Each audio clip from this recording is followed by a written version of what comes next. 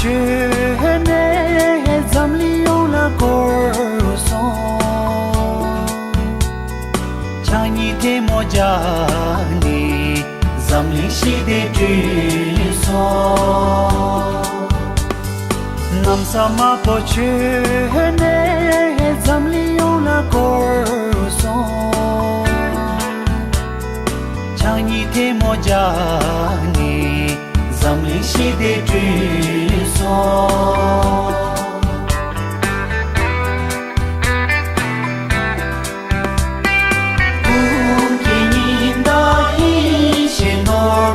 Dalai Lama Kungininda Hishinobu Dalai Lama Kungininda Hishinobu Dalai Lama Kungininda Hishinobu Dalai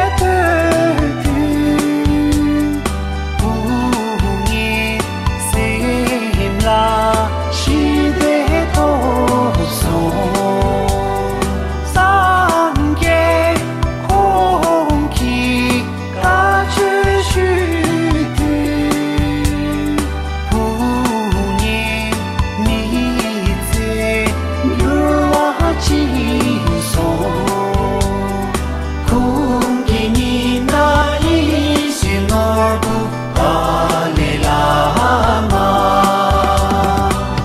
Sama pochene zamlion la corso Changi de mojani zamli shi de so Kungininda Hishinobu Dalai Lama Kungininda Hishinobu Dalai Lama Kungininda Hishinobu Dalai Lama Kungininda Hishinobu Dalai Lama Kungininda Hishinobu Dalai Lama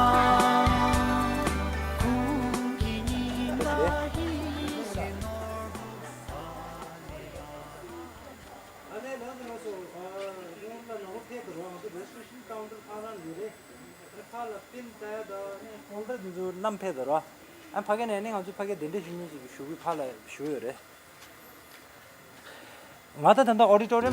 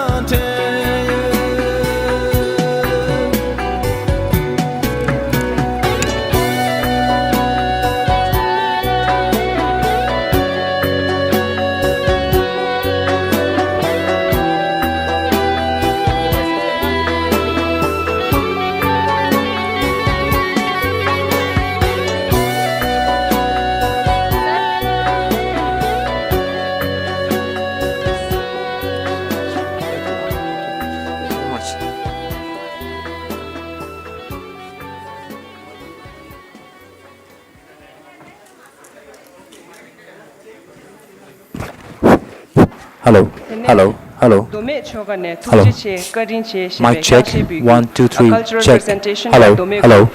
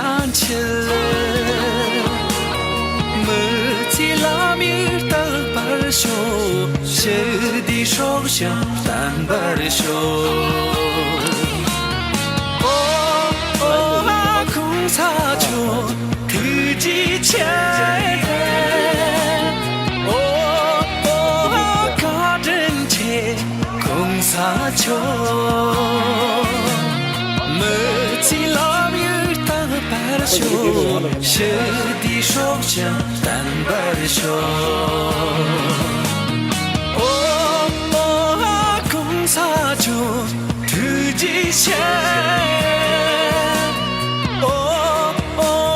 空洒就卡人前，没几拉米的白袖，是的手上单白的袖，没几拉米的白袖。是的手上单白的手。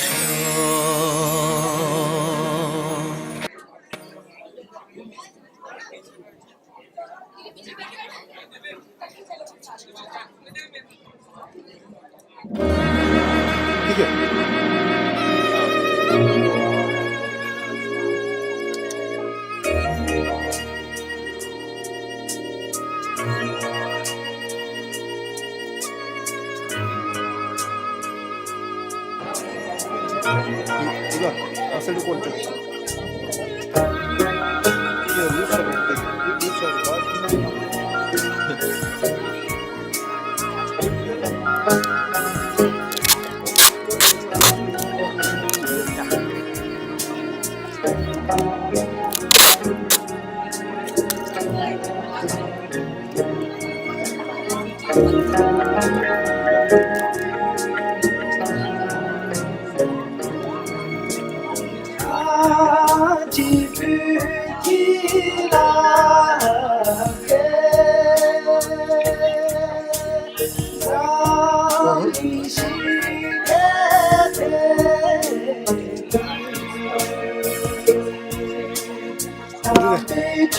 이거 여기 야워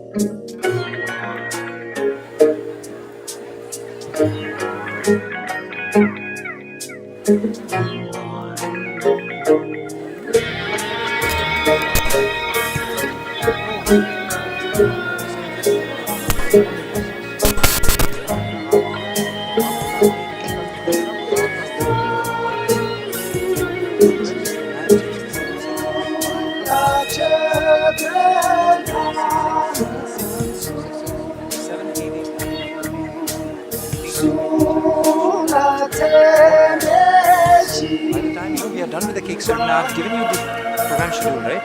So जब ये हो जाएगा, so maybe around 10:30.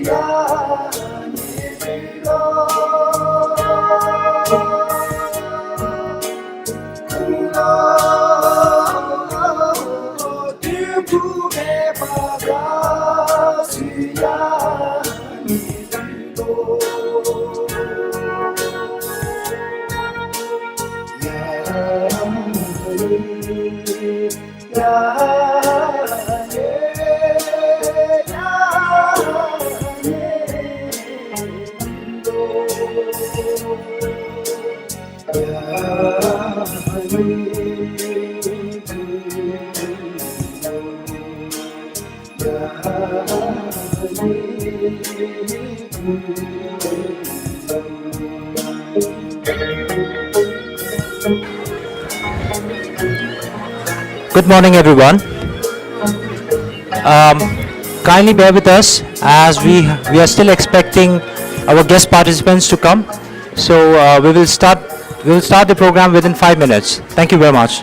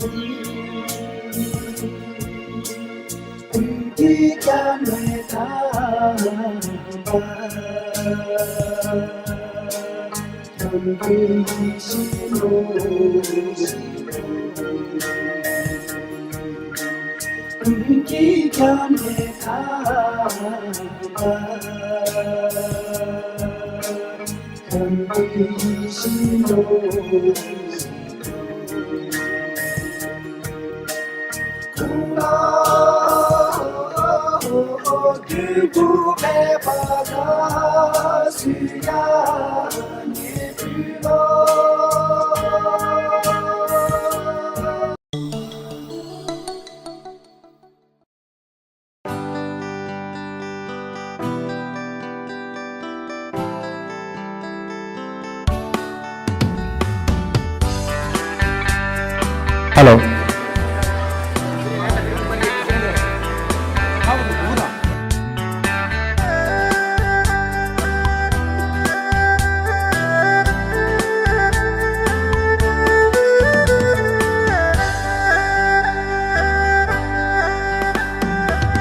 Sama pochene zamlion la corson chani de mojani zamli shi de Hello. Hello. Hello. nam sama Or bude? pochene zamlion la corson chani de mojani zamli shi de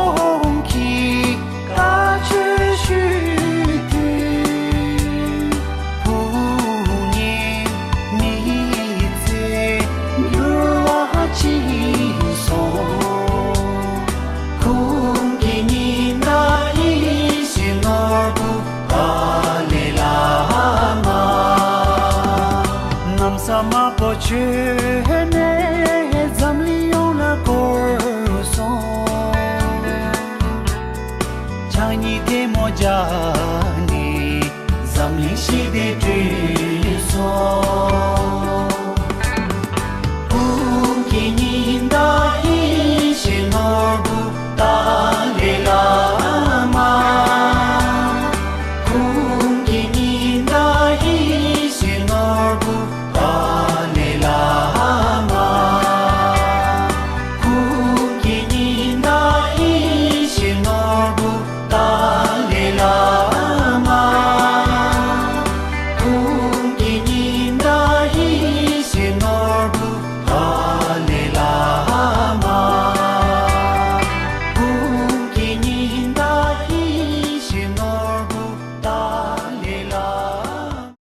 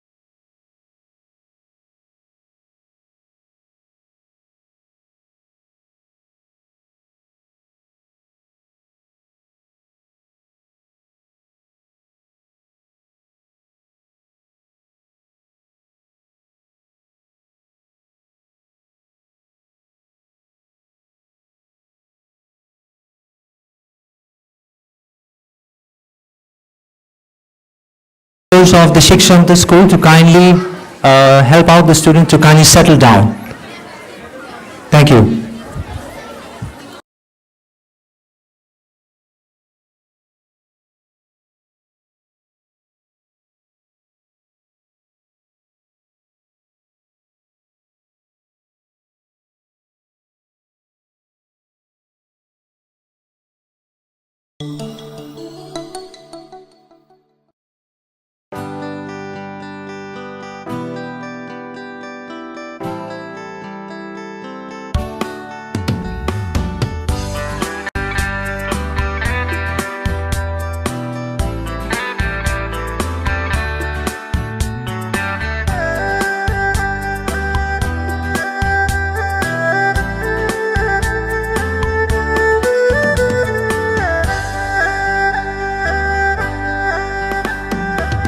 Sama poche ne zamli la corso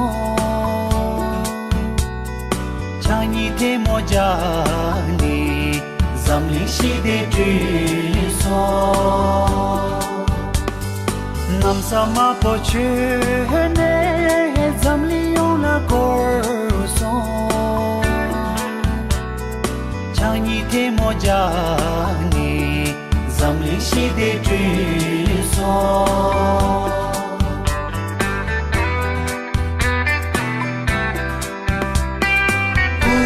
Kinda ishin orbu Dalai Lama Kinda ishin orbu Dalai Lama Kinda ishin orbu Dalai Lama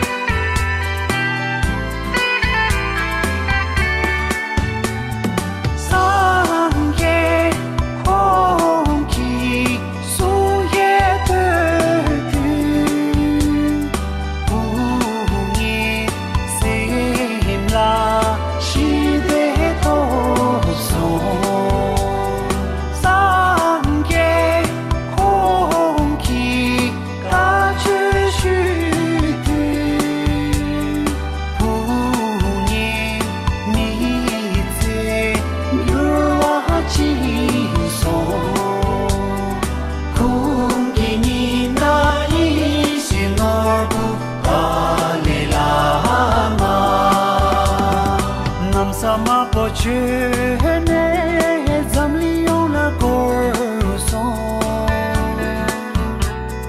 Chani te mojani zamli shide triso Ukininda ishinobu Dalai Lama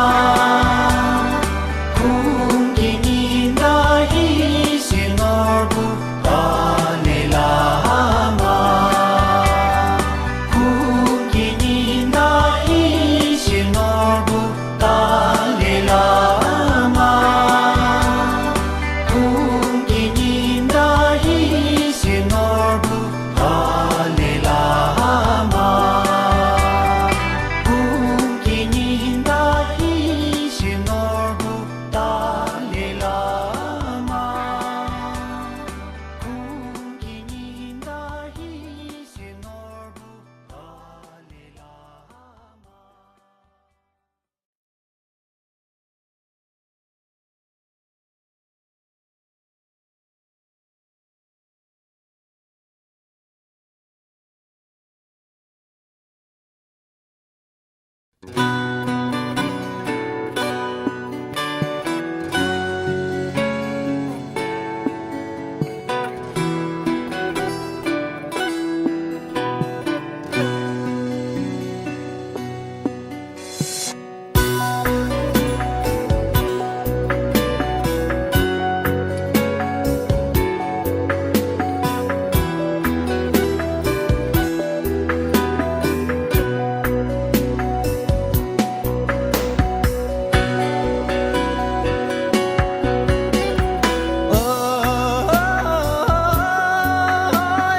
Dalai Lama ni seiki ni ma tenzin gyato Gati na mya teyo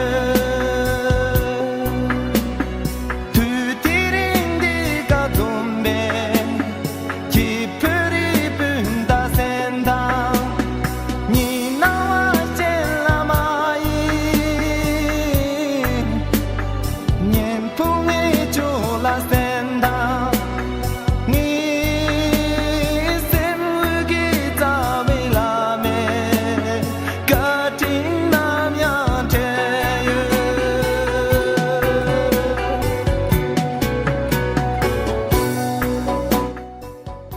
Thank you. I was just being informed that we are still receiving guest participants, so kindly bear with us for the next 5 and thank you very much for your kind cooperation. And I would also like to request the school students and the faculty members to help them out to settle down, and I request the all the school students to kindly remain silent, maintain silence. Thank you. Thank you for your cooperation.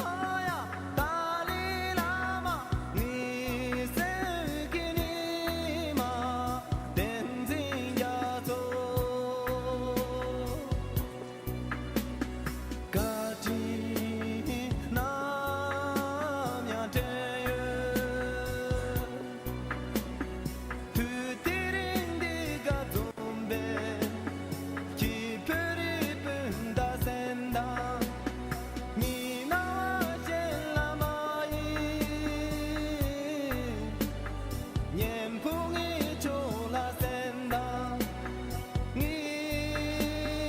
세기 자베라메 그팅나냐테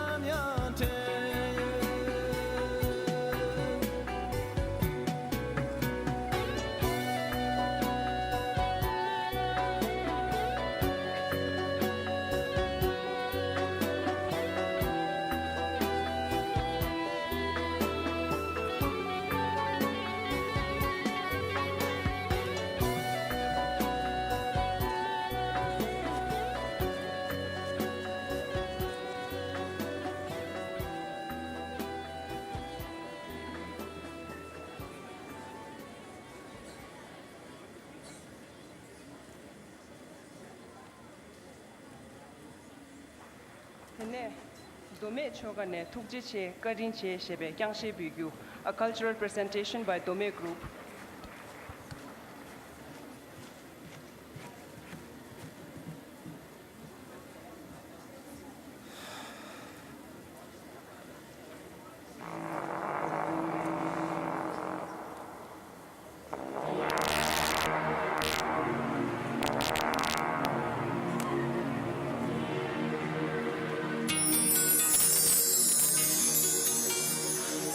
지체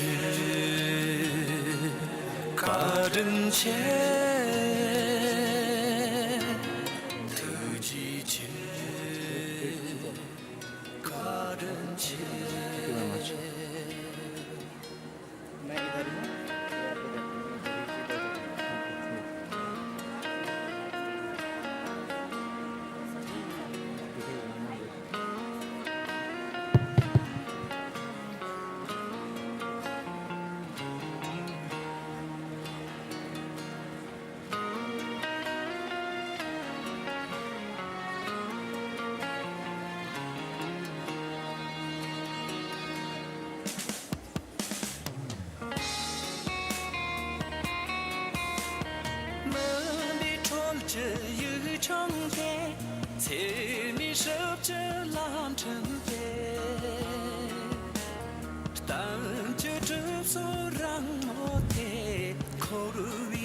Ladies and gentlemen, we will begin the program in 2 minutes.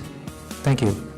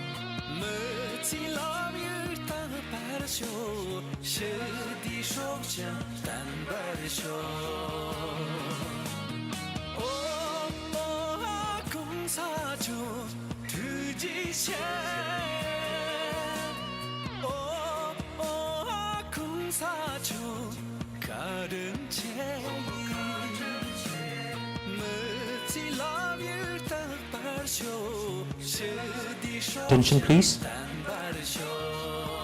Attention please. Thank you. Good morning everyone. My name is Kunga Chindan and I serve as the program coordinator at Tibet House, the Cultural Center of His Holiness the Dalai Lama, New Delhi. It is my honor and privilege to be moderating today's inaugural session. May I kindly request everyone to ensure that your mobile phones are switched to silent mode so we can maintain a peaceful and undisturbed environment throughout the session. On this note, a very warm welcome to each one of you. Your gracious presence today lends immense meaning to this joyous occasion as we celebrate the 90th birth anniversary of His Holiness the 14th Dalai Lama. Together we gather to honor a life of wisdom and compassion, sharing in a moment of heartfelt celebration and gratitude. Respected Chief Guests, Honorable Srimati Dr. Nirupama Menon Raoji, the Vice Chairperson of Tibet House, the Cultural Center of His Holiness the Dalai Lama, New Delhi, and the former Foreign Secretary and the Ambassador to the Government of India. Then we have our esteemed guest of honor, Kasur Srimati Diki Choyala, the former Cabinet Minister of the Central Tibetan Administration, Dharamshala. Third, we have Kumu Jigme Jugnila, the representative of Bureau of His Holiness the Dalai Lama, New Delhi. Sri Saman Nandaji, the Joint Secretary of Ministry of Culture, Government of India.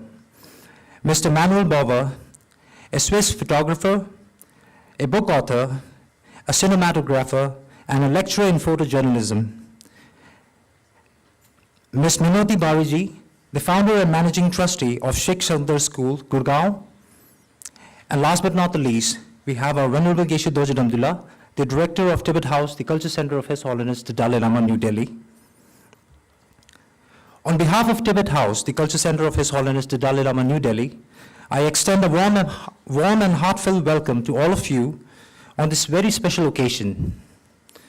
I would also like to take this moment to acknowledge and appreciate the presence of our guest participant, whose dedication and faith in His Holiness the Dalai Lama continues to inspire and strengthen this collective journey of compassion, wisdom, and universal responsibility. It is an immense honor and a moment of deep joy for us to gather under the theme of the Year of Compassion, a tribute to His Holiness the 14th Dalai Lama, unparalleled legacy of peace, non-violence, and universal responsibility. His life and teachings have served as a beacon of hope and inspiration across nations, culture, and generations, reminding us that compassion is not a luxury, but a necessity in today's world. Ladies and gentlemen, this morning we are honored to hear from distinguished dignitaries and thought leaders who will reflect on the significance of the Year of Compassion, observed from 6 July 2025 to 5th July 2026, and delve into the four principal commitments of His Holiness the 14th Dalai Lama.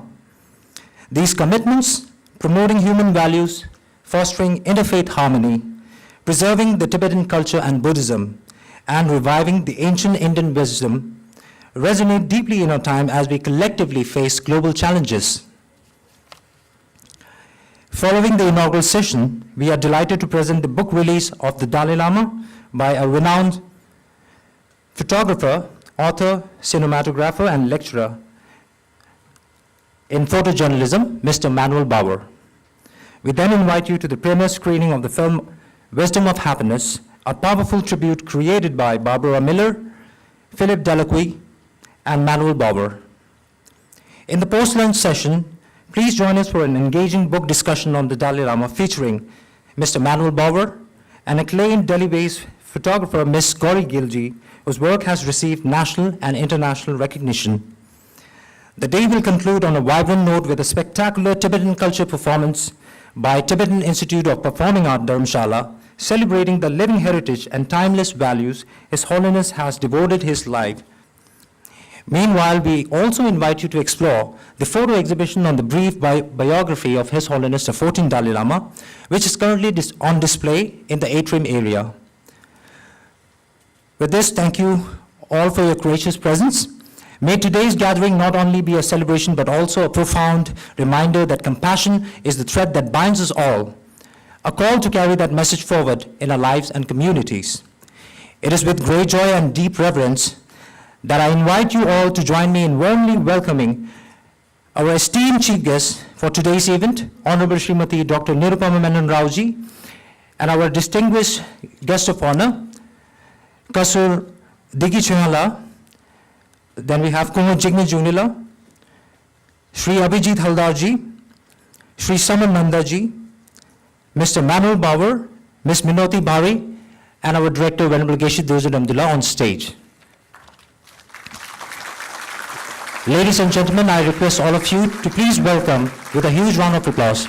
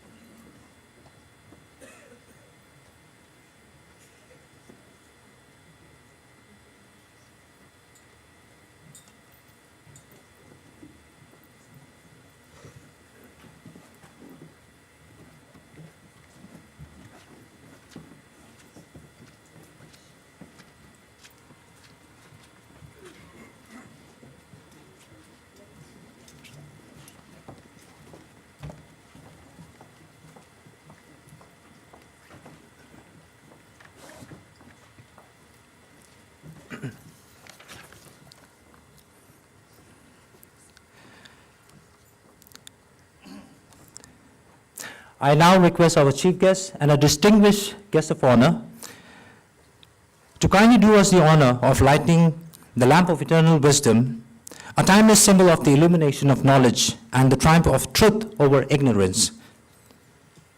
I request our chief guest, Honorable Dr. Srimati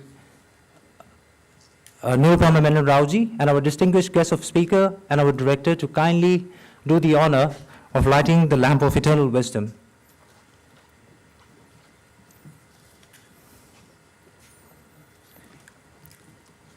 And as the sacred flame is kindled, let us offer our collective prayers and heartfelt offerings to the enlightened ones, invoking blessings for the continued long life and radiant health of His Holiness the 14th Dalai Lama, who is the beacon of compassion and wisdom for the world.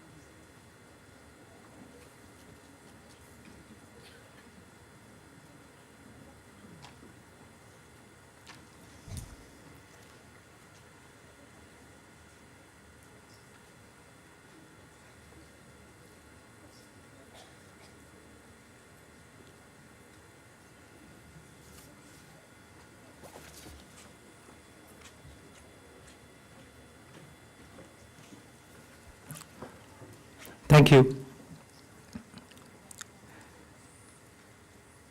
Now I would like to request our director, Venerable Geshe Dozud Abdullah, to kindly do the honor of presenting the white scarf, which khata, and the souvenir to our chief guest and our distinguished guest of honor.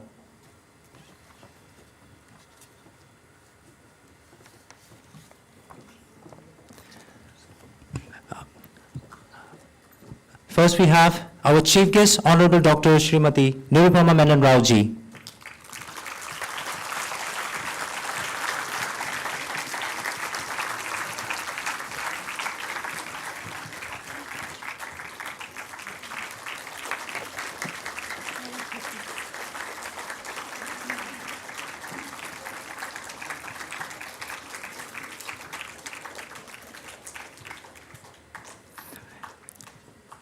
Then we have our guest of honor, Kasur Shrimati Diki Choyala.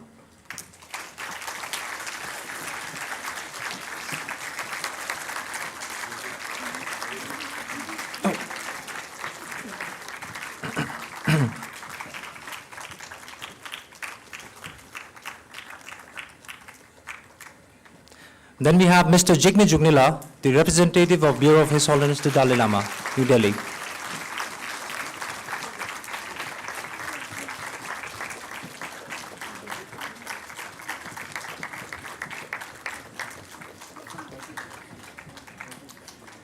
Shri Abhijit Haldarji, the Director General of International Buddhist Confederation, New Delhi.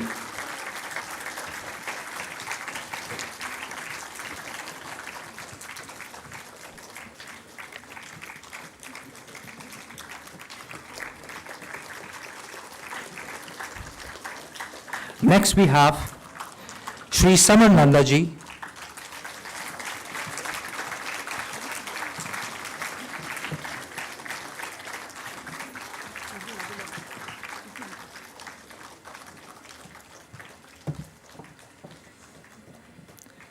then we have Mr. Manuel Bauer,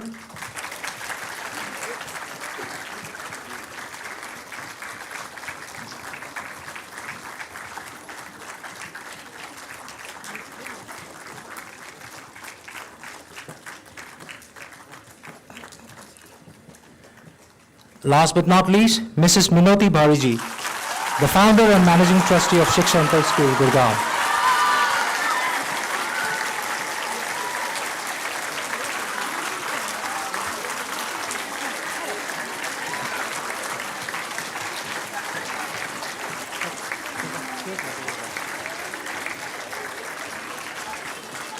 Thank you, Keshila.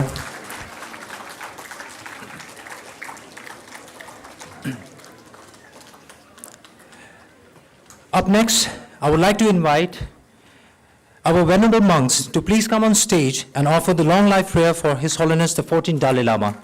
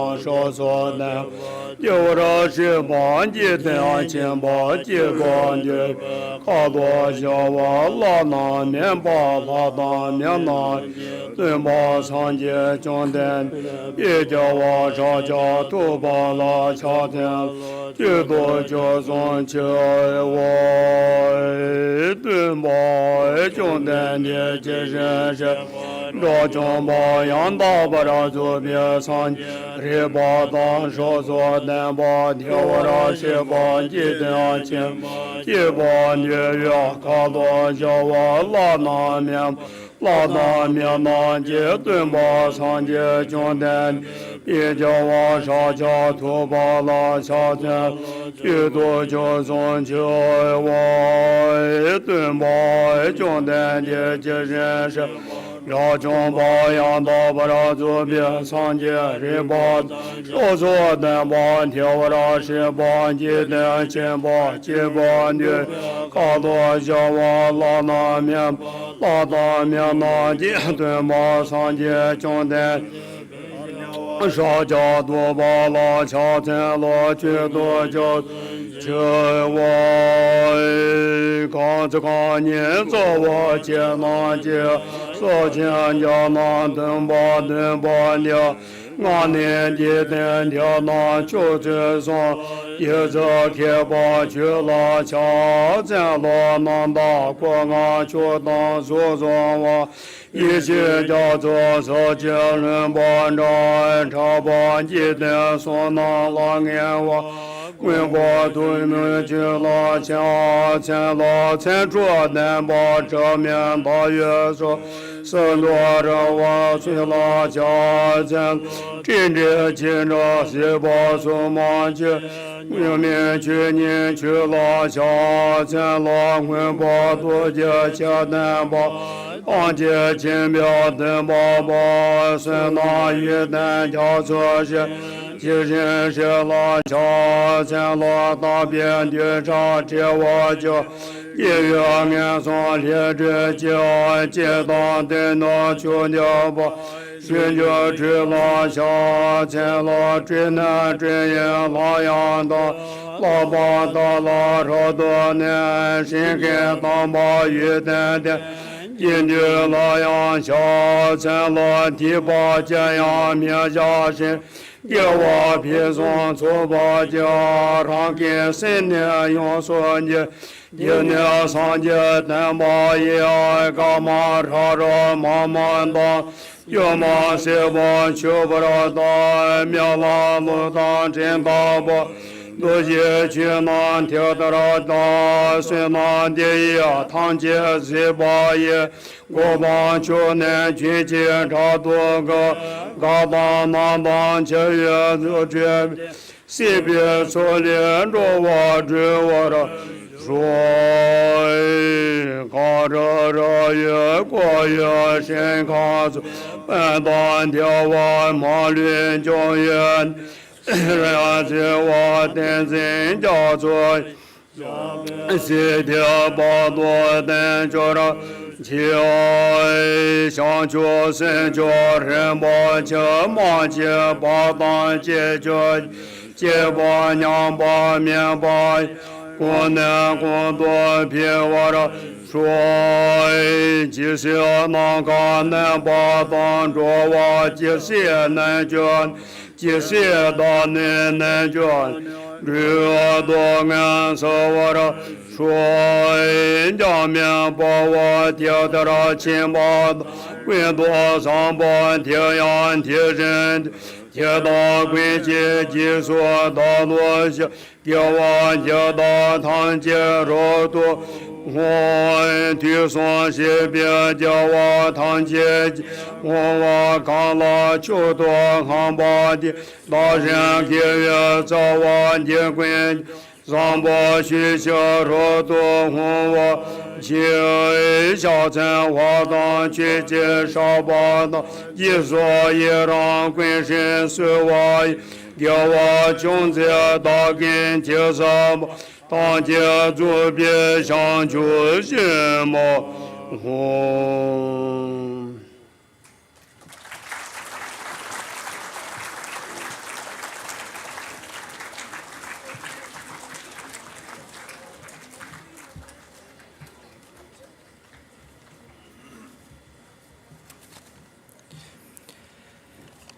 Thank you very much. Now may I invite Ms. Chavi ji on stage to kindly do the honor by reading His Holiness the 14th Dalai Lama's message on his 90th birthday. Please welcome Ms. Chavi ji, who is the current student of the Nalanda Master's course.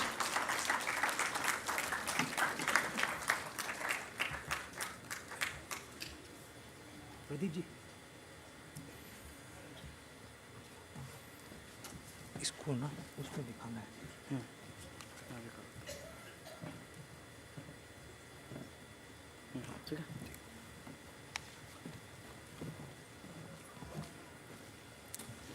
Good morning, everyone. And thank you, Kungala. And thank you to my teacher, Venerable Geshe Dorjit Abdullah, for honoring me with this opportunity to read out the message that His Holiness the Dalai Lama sent to all of us on his 90th birthday. He says, "On the occasion of my 90th birthday, I understand that well-wishers and friends in many places, including Tibetan communities, are gathering for celebrations. I particularly appreciate the fact that many of you are using this occasion to engage in initiatives that highlight the importance of compassion, warm-heartedness, and altruism. I'm just a simple Buddhist monk. I don't normally engage in birthday celebrations. However, since you are organizing events focused on my birthday, I wish to share some thoughts.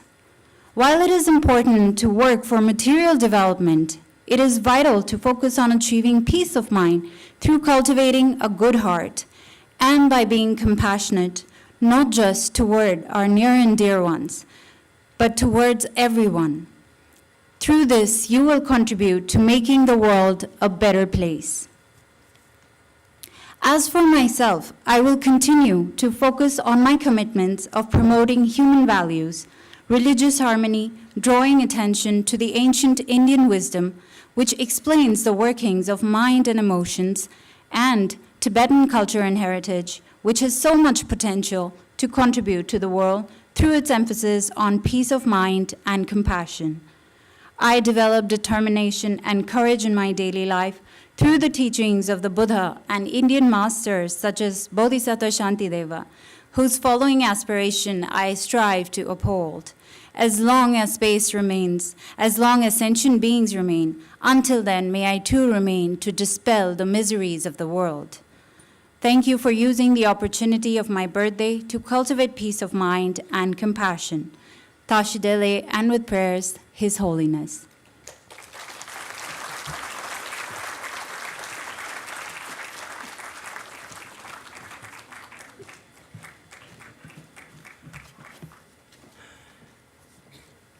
Thank you, Ms. Chavila.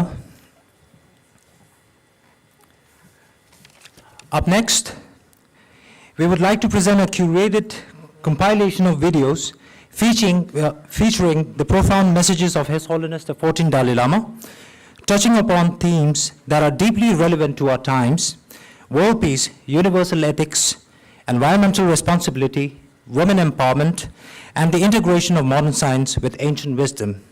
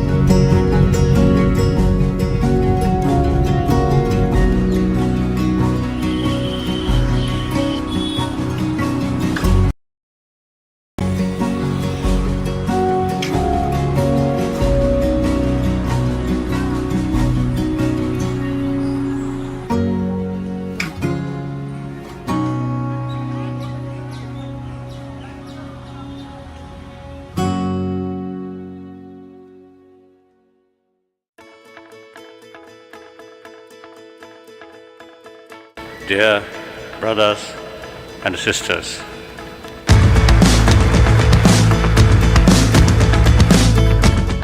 as we celebrate the 90th birthday of His Holiness the 14th Dalai Lama, we reflect on an extraordinary life marked by humility, strength, and unwavering dedication to humanity. Born in a small town in eastern Tibet, he rose from humble beginnings to sit on the highest spiritual throne, entrusted with the immense responsibility of leading a nation at just 16. By the age of 24, he had lost his homeland and embarked on a perilous journey into exile, an epic story that transcends even our wildest imagination. Though the road to freedom was filled with trials and heartbreak, His Holiness led the Tibetan people with remarkable grit, resilience, and hope. Wherever his path has taken him, and whomever he has encountered, he has become a tireless voice for the voiceless. I always stress we are same human being. Audience, speaker, basically same. Emotionally, mentally, physically. And more important, everyone want happy life. Do not want problem. So everyone have the right to achieve that or desire or goal. I always feel all major world religious tradition related with human being, not other animal. So best quality of human being as a social animal, human loving kindness, sense of brotherhood, sisterhood. So therefore, all major religious tradition, you see, carry that message. So on that basis, all major world religious tradition can develop genuine mutual respect and harmony. His message of love, compassion, peace, and non-violence knows no boundaries. It crosses cultures, faiths, and nations. Beyond his advocacy for human values, His Holiness is deeply committed to the well-being of our planet, reminding us that caring for Mother Earth is an essential part of our shared humanity. As a result of contact with environmentalists, scientists, then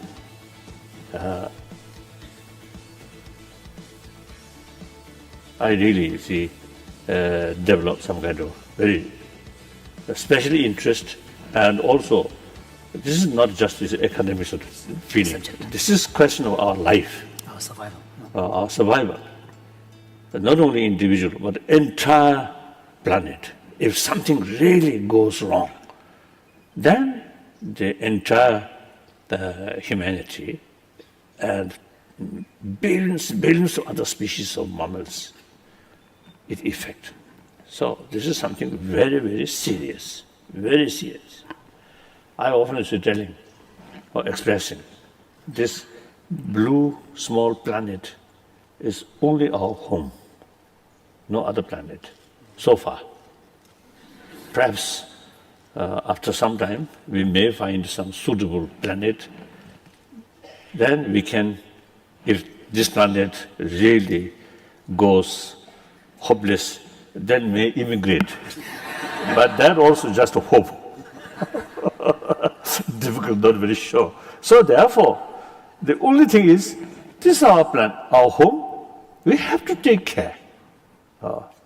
So we have to develop serious concern about that through education, through awareness.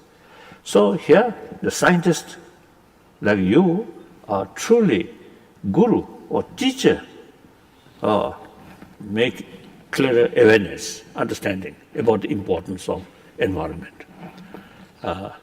And your sort of, what's it, explanation on the basis of data.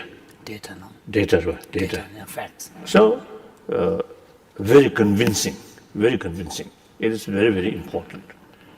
A true scientist at heart, he champions critical thinking, experimentation, and inquiry, urging us not to accept beliefs blindly but to seek truth through understanding. I always telling people, my first teacher of compassion is my mother. Yes.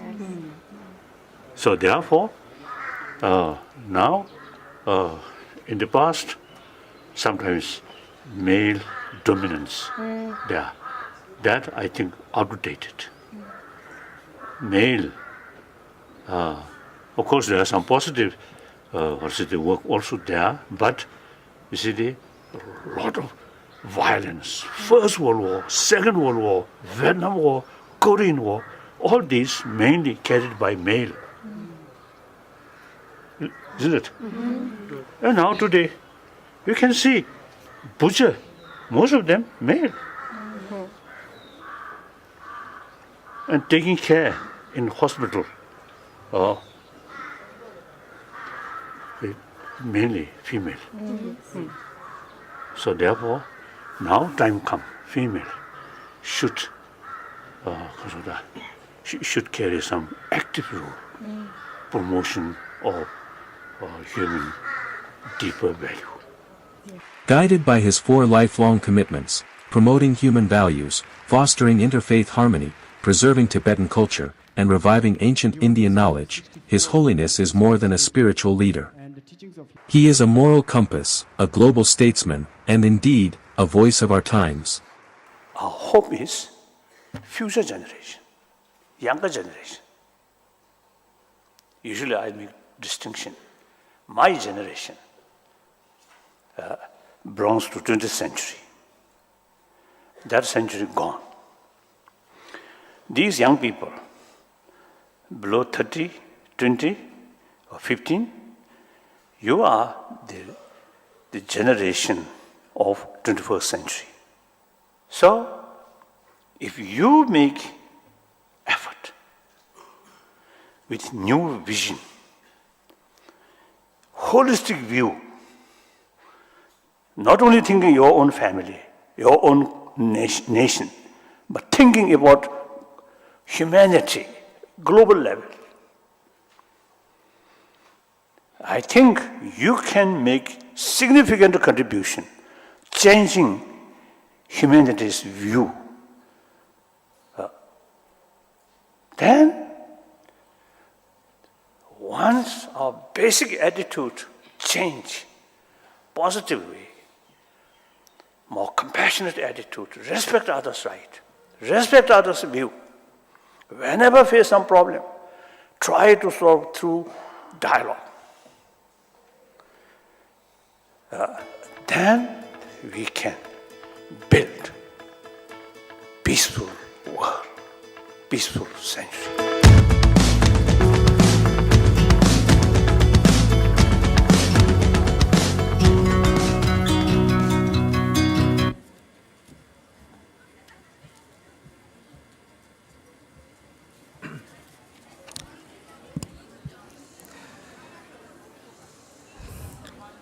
Now, as we come together in the spirit of celebration, I would like to invite our Honorable Chief Guest, Srimati Dr. Nirupama Menon Raoji, and our distinguished guest of honor, and our Director, Venerable Geshe Dorje Damdula, to kindly grace the moment by leading the cake cutting ceremony.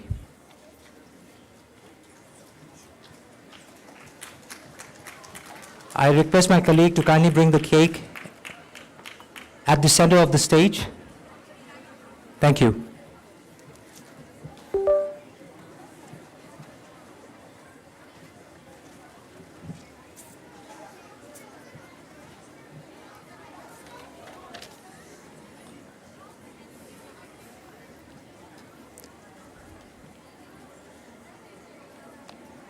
And as for the guest participants, as we come together, as we celebrate this special occasion, I kindly request all to rise and join me in singing the birthday song in tribute to His Holiness the 14th Dalai Lama.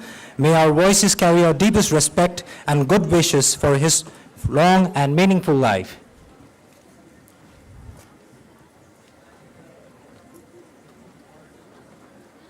Happy birthday to you. Happy birthday to you. Happy birthday, dear Holiness. Happy birthday to you. Happy birthday to you. Happy birthday to you. Happy birthday, dear Holiness. Happy birthday to you. Ladies and gentlemen, thank you very much.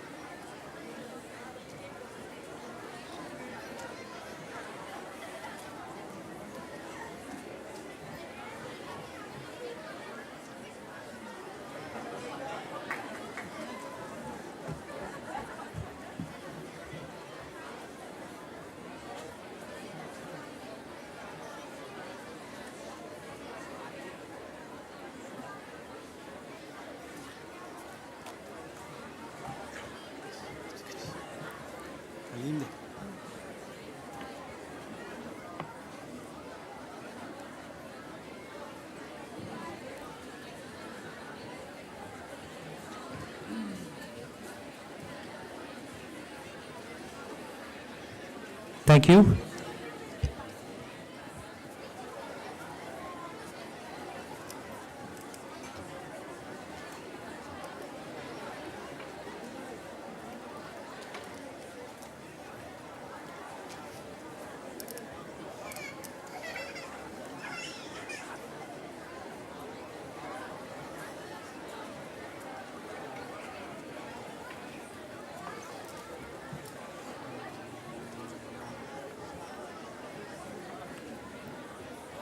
ये वाला ना इसको दिखाओ, ये आ नहीं रही है।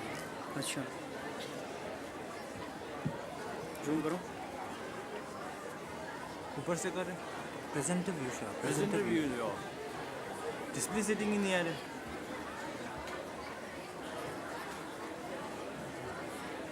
नहीं ये तो नहीं है ना yeah for sure you can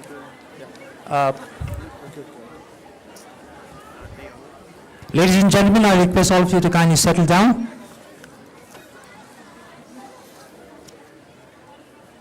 Thank you.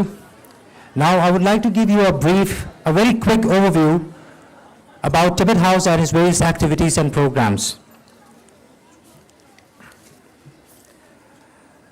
Tibet House, the culture center of His Holiness the Dalai Lama, New Delhi, was established in the year 1965 by His Holiness the 14th Dalai Lama to preserve Tibet's rich cultural heritage and serve as a center for Tibetan culture and Buddhist studies. Inspired by His Holiness' vision of harmony and compassion, it fosters dialogue among diverse spiritual traditions and connects scholars, practitioners, and the public through a wide range of programs. Today, Tibet House stands as a vital institution for the study of Tibetan culture and Nalanda Buddhist philosophy. It is located in a 5-story building. It houses a museum, a library of nearly 5,000 volumes and a publication division, a gallery, a conference hall, and a bookshop. Tibet House publishes scholarly works and hosts a vibrant calendar of conferences, lectures, seminars, film screening, and exhibitions. Its academic programs span Nalanda Buddhist philosophy and explore contemporary themes like neuroscience, quantum physics, spiritual ecology, and universal ethics, reflecting a deep relevance in today's world. Tibet House also offers 4 structured courses in Buddhist philosophy and psychology, along with a Tibetan language course. First, we have the Nalanda Masters course, which was launched on 9 December 2016 during the 51st anniversary of Tibet House in the esteemed presence of His Holiness the 14th Dalai Lama, Sri Kiran Rijiju Ji, and Lieutenant Governor Najib Jung. And the first batch graduated with 464 students from 44 countries, while the second batch was launched on 2nd October 2022, and it welcomed 900 students from 54 different countries. And the third batch of Nalanda Masters course is tentatively set to open for the registration in late 2027. Nalanda Certificate course. Then we have the Nalanda Diploma course, which was launched in the year 2018. It is a 14-month program designed for balancing studies with other life commitments. With 4 successful batches completed, the 5th batch, which began on 2nd October 2024, enrolling 2,131 students, including 259 Russian-speaking, 58 French-speaking, and 26 Hindi-speaking participants, reflecting the course International's appeal. Next, we have the Nalanda Certificate course. We are also pleased to share the successful completion on the 2nd batch of Nalanda Certificate course, which began on 7 January 2024 with 1,692 enrolled students. We are now delighted to announce the opening for the Nalanda Certificate course batch 3, which has commenced on 6 July 2025 to mark the auspicious occasion of the 90th birth anniversary of His Holiness, the 14th Dalai Lama. This course is set to commence on 11th August 2025. Then we have the Nalanda Introductory course, which commenced on 18 May 2025 with 1,171 students, including 532 Russian-speaking, 35 French-speaking, 15 Hindi-speaking, and 52 Ladakhi-speaking learners. At present, there are 8,040 students from 98 different countries enrolled in courses, out of which we have 3,140 Russian-speaking participants. Tibet House also offers a regular Tibetan language course structured across 4 levels and offered at a nominal fee, with scholarship available for students and monastics. In addition, Nalanda Dharma studies are held twice a week for Tibetan-speaking students, both lay and monastic. These sessions are designed to provide a systematic introduction to the core principle of Buddhist philosophy. A notable milestone has been the completion of the Pramanavartika Tsemanamde Textual Studies course after 3 years of dedicated online instruction, a major achievement in preserving the Nalanda scholastic tradition. At present, ongoing teachings include Introduction to Buddhism and Uma Jukpa Entering the Middle Way Textual Studies. Then we have the audience and the blessing of His Holiness the Dalai Lama, which was on 2nd June 2023, with close to 500 students who have recently graduated or are currently studying in the Nalanda Master's course and the Nalanda Diploma course offered by Tibet House, New Delhi, receive a gracious audience and blessings from His Holiness the 14th Dalai Lama and an oral transmission of J. Rinpoche's in praise of dependent arising. At this moment, may I now have the honor to invite Venerable Geshe Dorje Damdula, the Director of Tibet House, the Culture Center of His Holiness the Dalai Lama, New Delhi, to kindly address the gathering and formally open today's event with his welcome remarks. Ladies and gentlemen, please welcome Venerable Geshe Dorje Damdula.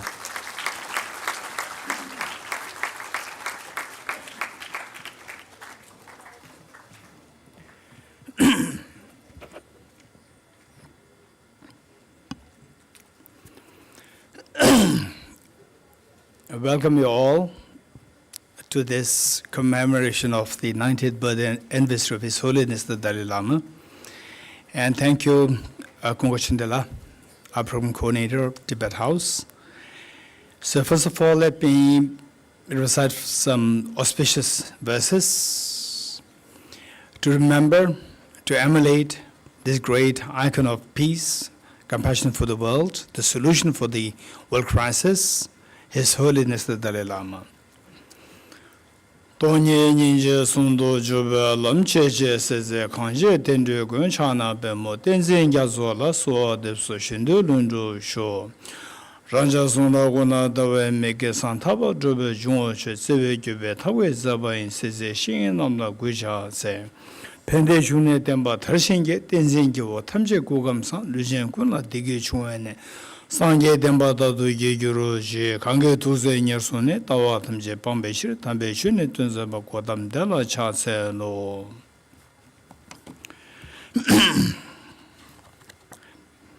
Our respected chief guest of today's program, Shrimati Dr. Nirupamaji, and our respected the former Tibetan minister Kasur Digichenla, and Mr. Jingme Junela, the representative of His Holiness the Dalai Lama, and Shri Abhijit Halderji, the Director General of International Buddhist Confederation, Shri Samaranandaji, the Joint Secretary, Minister of Culture, and Mr. Manuel Bauer, the photographer, and who you will come to listen to him more closely during his book discussion, where his book is going to be released on His Holiness. And finally, we have the Mrs. Minodiji, the principal of Shikchandra School, and the school students with whom I had the honor of meeting with for the last 2 years in the school, amazing school, where the one thing that I so fondly remember is that I began my discussion, my class or the talk to the students with the question, what's the purpose of life? And the students, just age 12 or 13, class 6 and 7, they raised hands, and everybody raised their hands saying, compassion, taking care of the Mother Earth. Greatly inspiring. This actually truly reflect His Holiness the Dalai Lama's sentiments, his vision, and his mission for the world. So this is Shikchandra School. We are all very proud of this school, and I can see that this school is going in this direction for a better world, for a more peaceful world, that these children are going to lead the world the way and the manner in which His Holiness, during the brief document, the screen, His Holiness pointed out to the children that it is your era, your world, that you have to take to the world. And exactly, I was constantly telling the school as well as Minodiji, that Mrs. Minodiji, the principal of the school, that just because of your way of thinking, following His Holiness's vision, great vision for the world, that you have directed all the students in that particular direction. I truly congratulate you. It's because of this that we felt it so a great honor that His Holiness will truly be very happy to see many young boys and girls here from the schools that who can be the ambassadors of the peace, ambassadors of the future world, where all the world leaders, they will embrace each other rather than send missiles to each other. So this is our hope for the world, for the future world.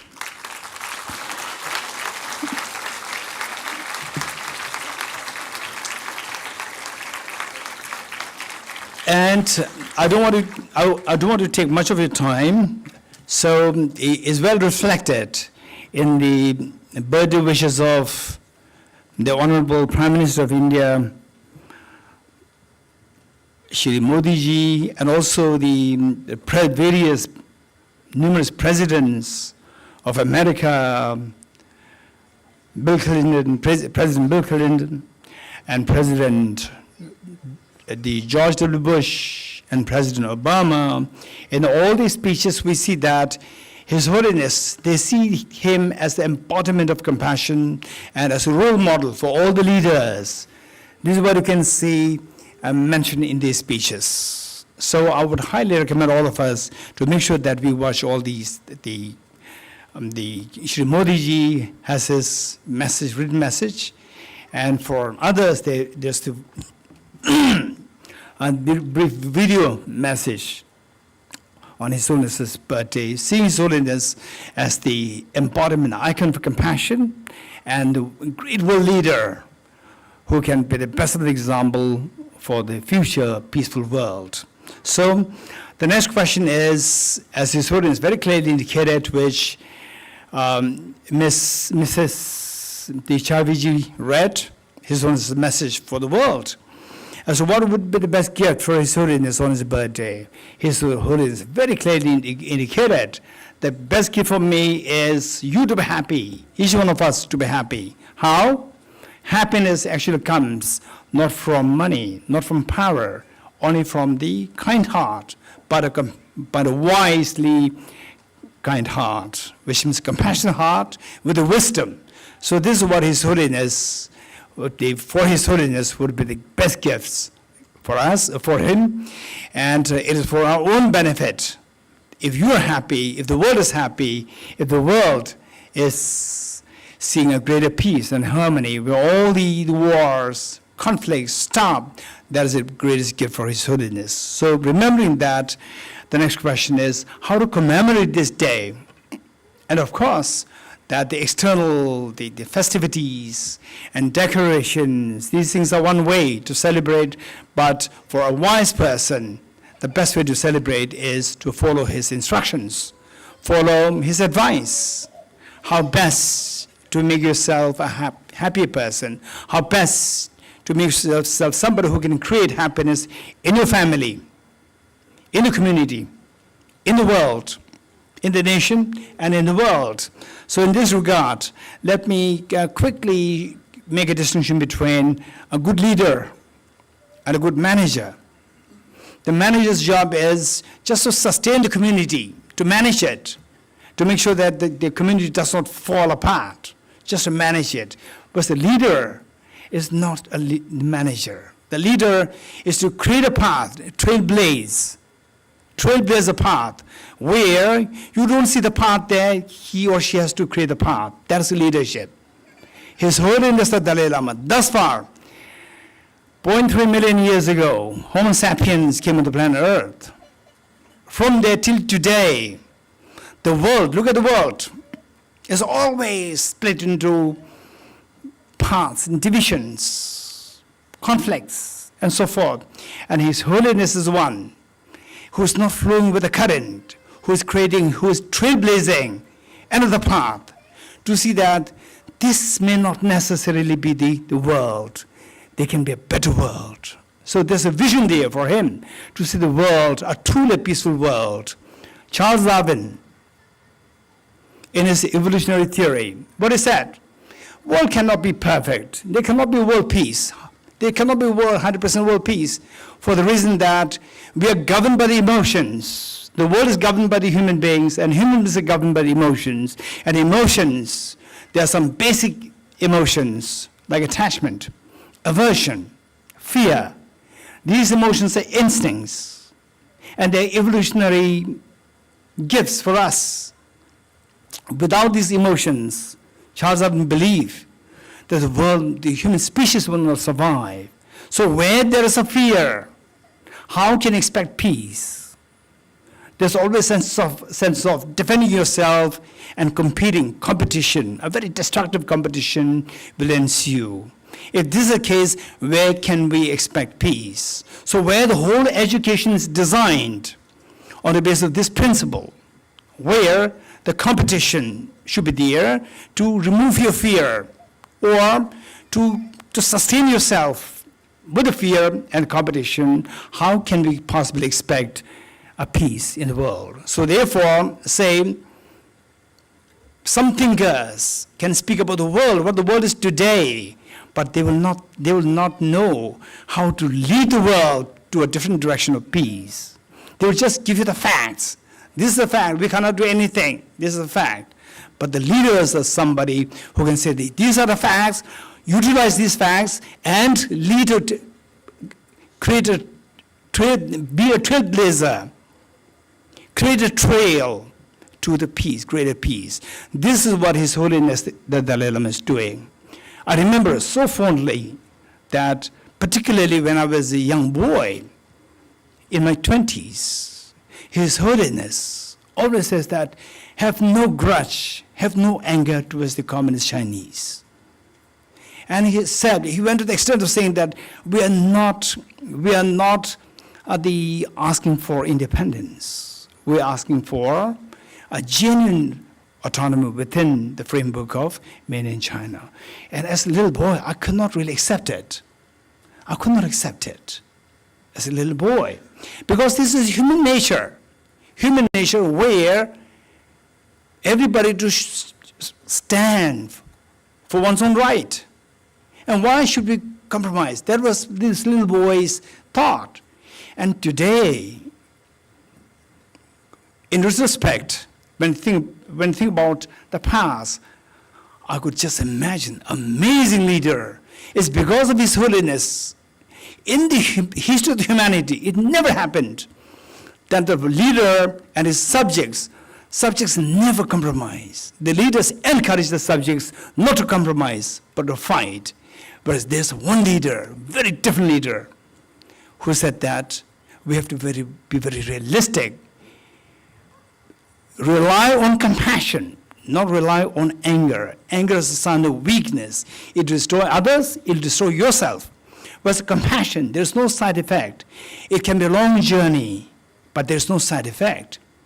So this is the best solution. This is something which today I'm amazed. I'm truly amazed by this, that today 99% of the Tibetan people, if you see one Tibetan who says that we fight for the total freedom, 100% freedom, 99% of Tibetans will disagree with that. Why? Because of one leader. One leader who taught that we don't have to resort to violence. There is a way out, how to get there. That is the peace and compassion. So one leader can change the whole course of his subjects. So this is something, reading the history of the humanity, the various leaders came, Alexander the Great, Julius Caesar, and so forth. They're all invaders. They only taught their subjects how to invade others, never taught the subject how to live in peace. Yet there's a leader in the history of humanity, somebody who said that we have to, the weapon of the combat is compassion. This is the unique leader. So this is, if you can think about this, if you commemorate, this is the best way by which to commemorate this incredibly, greatly compassionate, visionary leader. So with this in mind,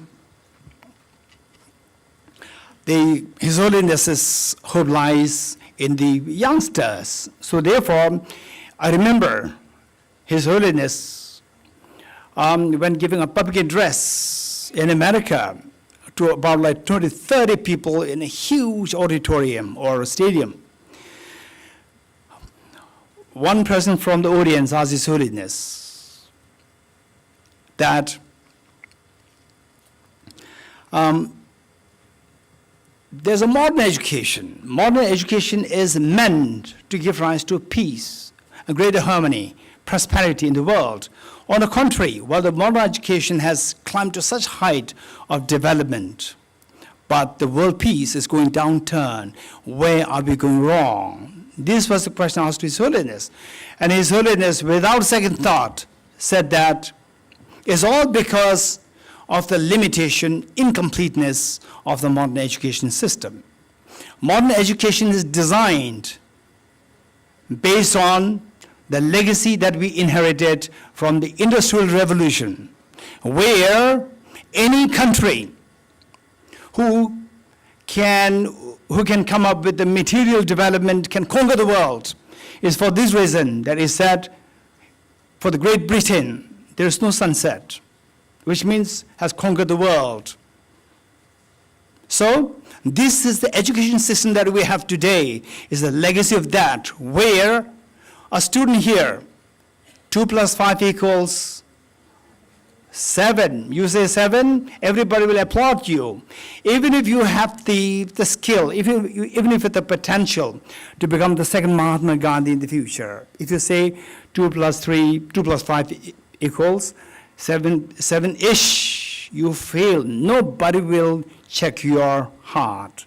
So this is where, while the modern education climbs to such a development, the height of development, but the world peace is going down the lane. It's for this reason. His Holiness concludes by saying that the modern education, while it is amazingly greatly developed education system, but it's not a complete system, it's an incomplete system. It must be complemented by the program to develop the heart. That is something which is missing. For this reason, it is not only that His Holiness is speaking, His Holiness also bringing his vision into the mission. Today, it takes the form of what is known as the social, emotional, ethical learning. So, this is what His Holiness offered as a legacy for the world, that the world, with this, the future generation coming out from this system, we can expect them as leaders in the future to embrace each other rather than pushing each other with missiles and so forth. So this is His Holiness' vision, and let us celebrate this 90th birthday anniversary of His Holiness with the commitment that I will emulate, I'll tread the path trailblazed by His Holiness on the wise compassion. Thank you.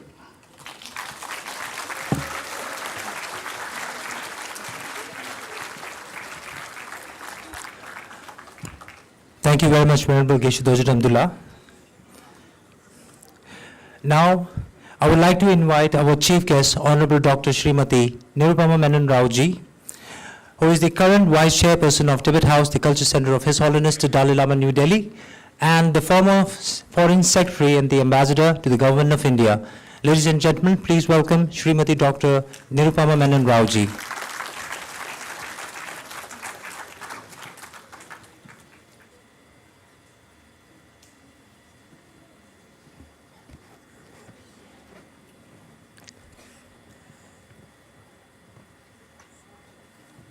Could I have that?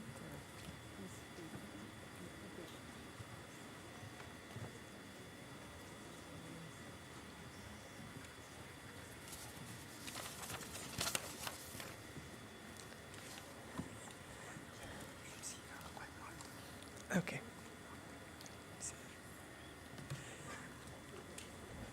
Tashitelek to all of you.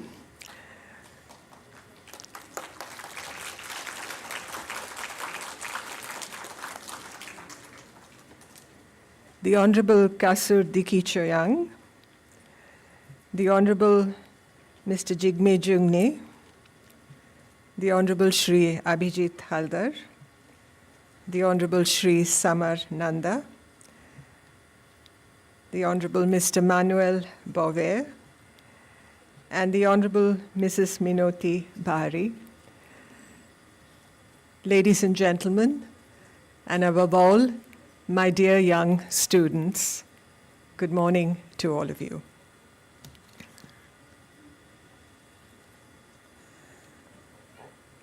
And let me also recognize the members of the Tibetan community present here today. And of course, somebody I respect very much, Venerable Geshe Dorje Damdul.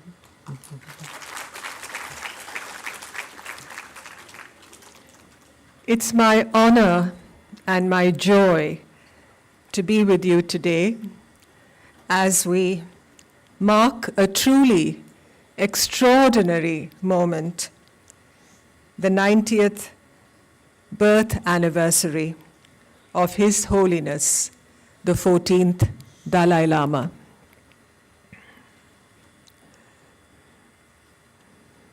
I'm particularly privileged as the Vice Chair of Tibet House, the Cultural Center of His Holiness in India, to welcome you all with great warmth and gratitude.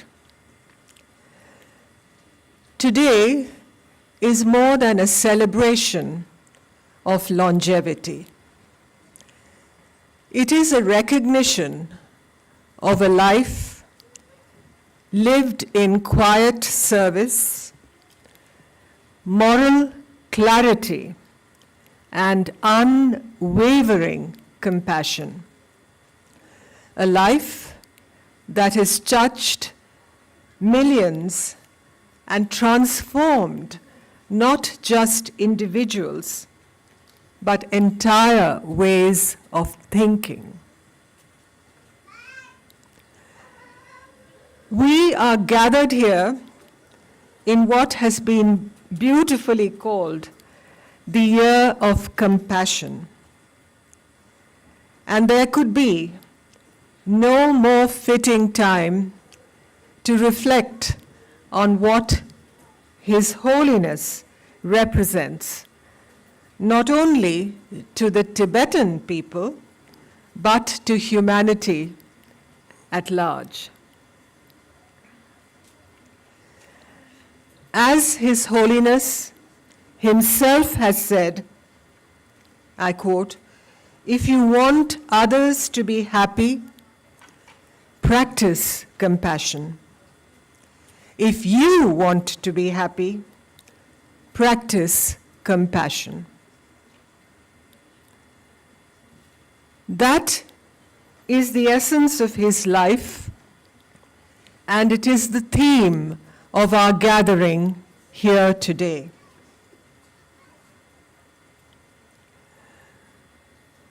Let me strike a personal note. My connection with His Holiness is both public and deeply personal. I first met him in February 1960, when I was just 9 years old. It was the early period of his life in India, and even then, as a young man, he radiated a kind of gentle leadership and command. I still have the autograph he gave me that day, a possession I treasure to this very day. Later, in my professional life, I had the privilege of engaging with him on many occasions. Each time, I came away with something intangible, yet enduring. And now, as Vice Chair of Tibet House, of which His Holiness is the chair, I continue to remain in close touch with Dharamshala and the Tibetan community. That connection is not just institutional, it is a bond of emotion, empathy, and deep admiration. Let me dwell a little on the legacy of compassion. If there is one word that defines the life of the Dalai Lama, it is compassion. Not as an idea, but as a lived, daily truth. He has taught us that compassion is not weakness, it is wisdom with a human face. It is the ability to forgive, to listen, and to care without agenda. His Holiness's message has crossed mountains and oceans, entering not only temples and monasteries, but schools, parliaments, homes, and hearts. He has offered the world a new definition of strength, one that does not dominate, but uplifts. I recently reviewed some writings and essays by Tibetan scholars and writers, wonderfully gifted and eloquent work. I was reminded again of how the Tibetan spirit survives today, not through political status, but through cultural resilience, through language, through ritual, through memory, and through continuity. As one essay I read in that collection reflected, Tibet exists in a kind of bardo, a sacred in-between state. And yet, in that space, the Tibetan spirit has not faded. It has flourished. The flame has not flickered. It has burned brighter. His Holiness is the keeper of that spirit. Through him, a scattered people have found a center, and through you, the Tibetan community in India, that center continues to thrive and shine. India's role in this story has been one of quiet partnership. We have not always spoken loudly, but we have always stood near. We opened our doors not only to a people, but to a tradition, to a world view, and to a way of being that has now become part of our own fabric. Tibet House stands as a living testament to that journey. Here, the spiritual and artistic life of Tibet is not only preserved, it is celebrated. And for that, I offer my deepest gratitude to all who have supported this mission.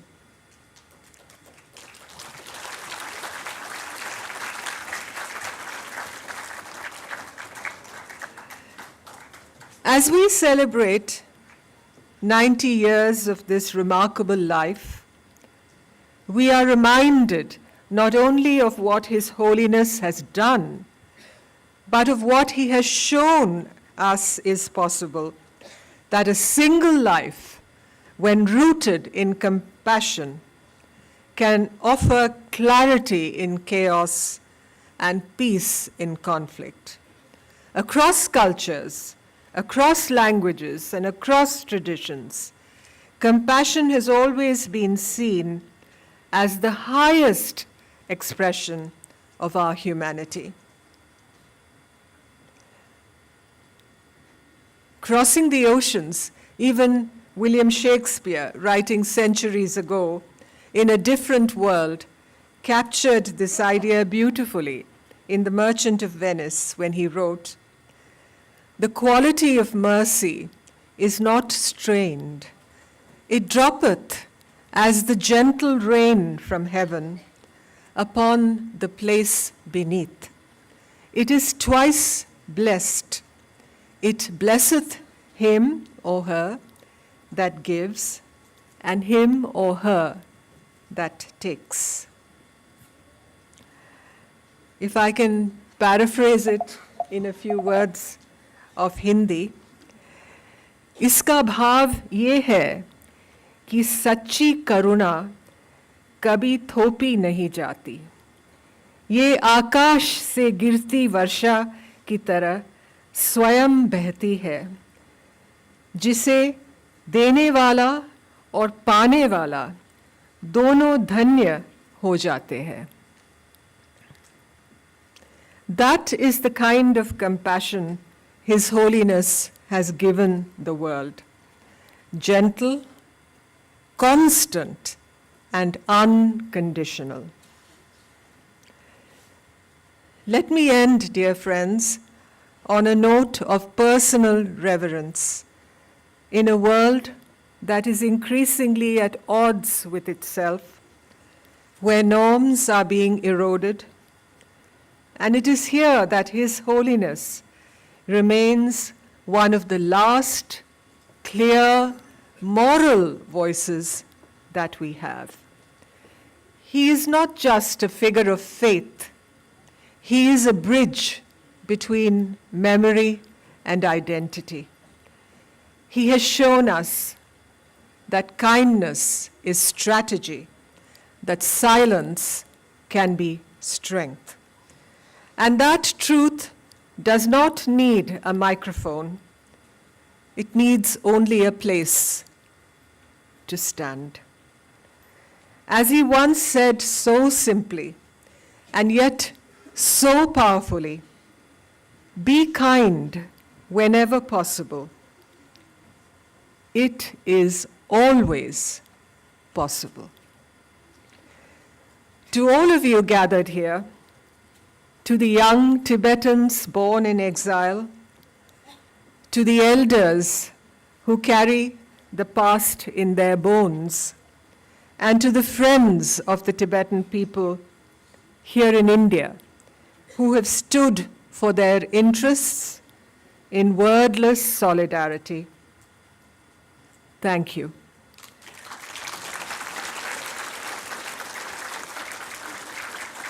May this year of compassion renew our commitment to truth, to dignity, and to the gentle force of belief that His Holiness has carried for 90 remarkable years. Tashiteleg. Thank you.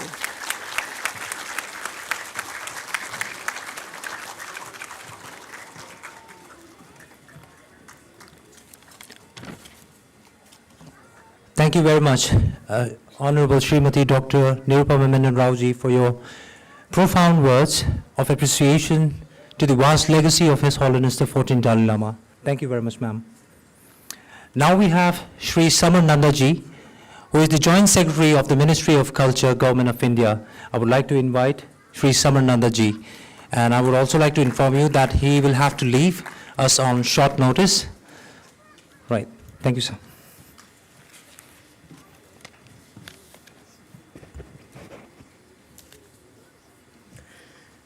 Good morning, august audience. A warm welcome to the esteemed guests presented on the dais and in the hall. We have gathered here to celebrate the revered journey of one of the most loved persons in the world, who not only inspires but make us believe in humanity at large. His Holiness Dalai Lama's legacy of advocacy for global peace, interfaith harmony, and his emphasis on the interconnectedness of all beings put him on a different pedestal. His Holiness Dalai Lama is considered a manifestation of Avalokiteswara, the Bodhisattva of compassion. Looking at the Buddha's teachings, the importance of compassion, that is karuna, and non-violence, that is ahimsa, are the cornerstones of his life journey. One of the most important contributions being the efforts to promote education and understanding of Buddhist philosophy in the entire South Asian region. Focusing on the theme, the Year of Compassion, as we know, compassion is a deep concern for the suffering of others and a desire to alleviate it. He often says that compassion is the key to happiness and a better world.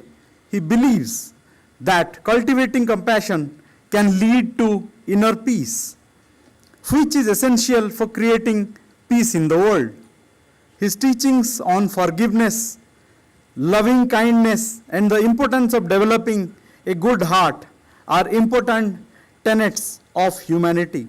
On compassion, he narrates, quote, "When we are concerned mainly with our own interest, inevitably we tend to neglect others' interests. Because of this, preoccupation with our own interest, our own narrow desires, ambitions, and goals undermines our ability to be compassionate. And since compassion is the source of happiness, self-centeredness prevents us from attaining that spiritual peace, that is peace of heart and mind, which is the principal characteristic of lasting happiness. Conversely, the more we concern ourselves with providing for others' well-being, the more meaningful our lives become and the happier we ourselves will be." I'll take back to the most important speech His Holiness has given while receiving the Nobel Peace Prize 36 years ago on 10 December 1989 at Oslo.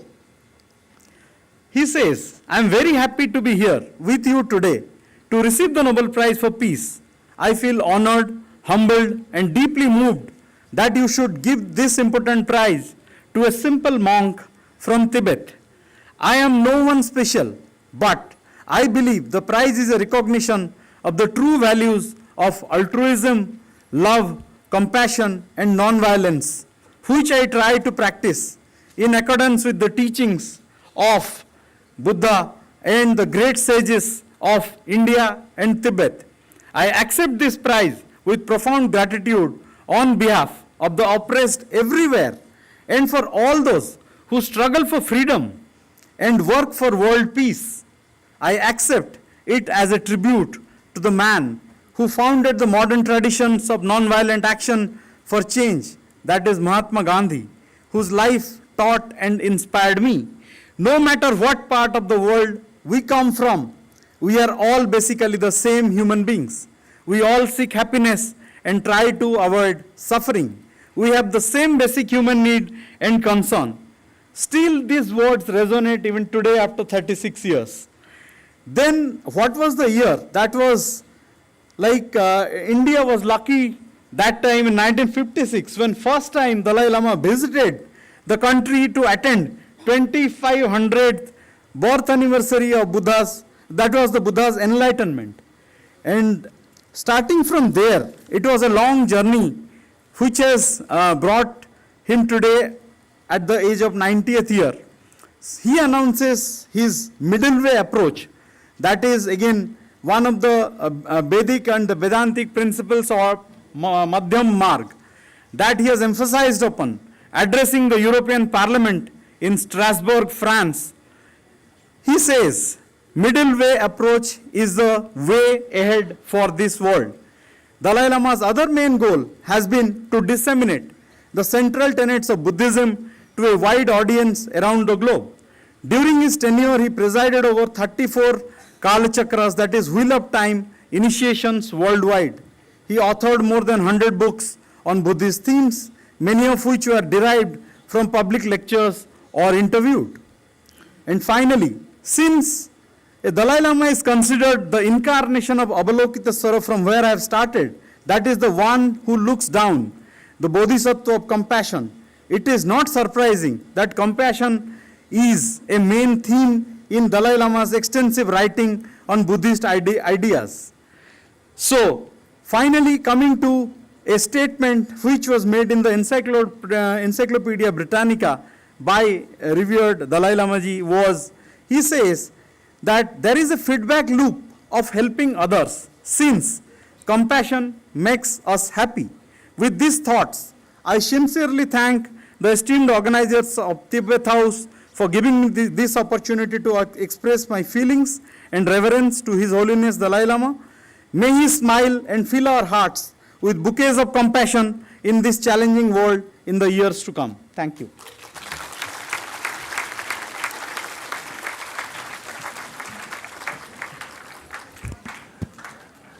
Thank you, Shri Samarnanda ji. Now we have our next guest of honor, Kasur Srimati Dignitary, the former Minister of Central Tibetan Administration, Dharamshala. May I invite Kasur Srimati Dignitary.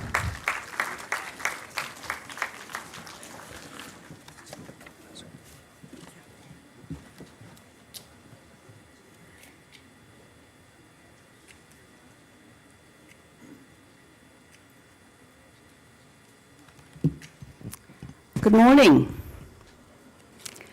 I'm very honored today to join such a distinguished panel of guests of honor.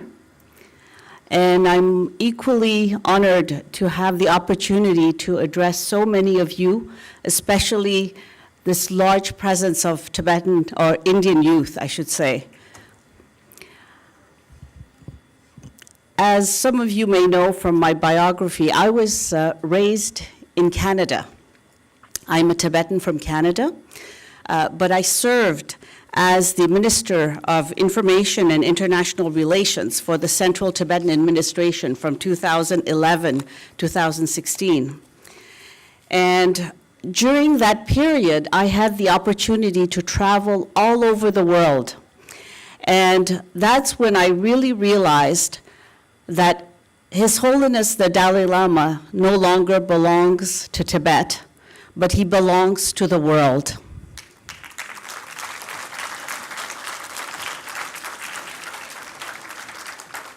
This trip from Canada was to attend the celebrations in Dharamsala for his 90th anniversary. And the fact that he is an international person, someone of international stature, was further confirmed by the international media attention after his statement concerning the 15th Dalai Lama, affirming that there will be a 15th Dalai Lama.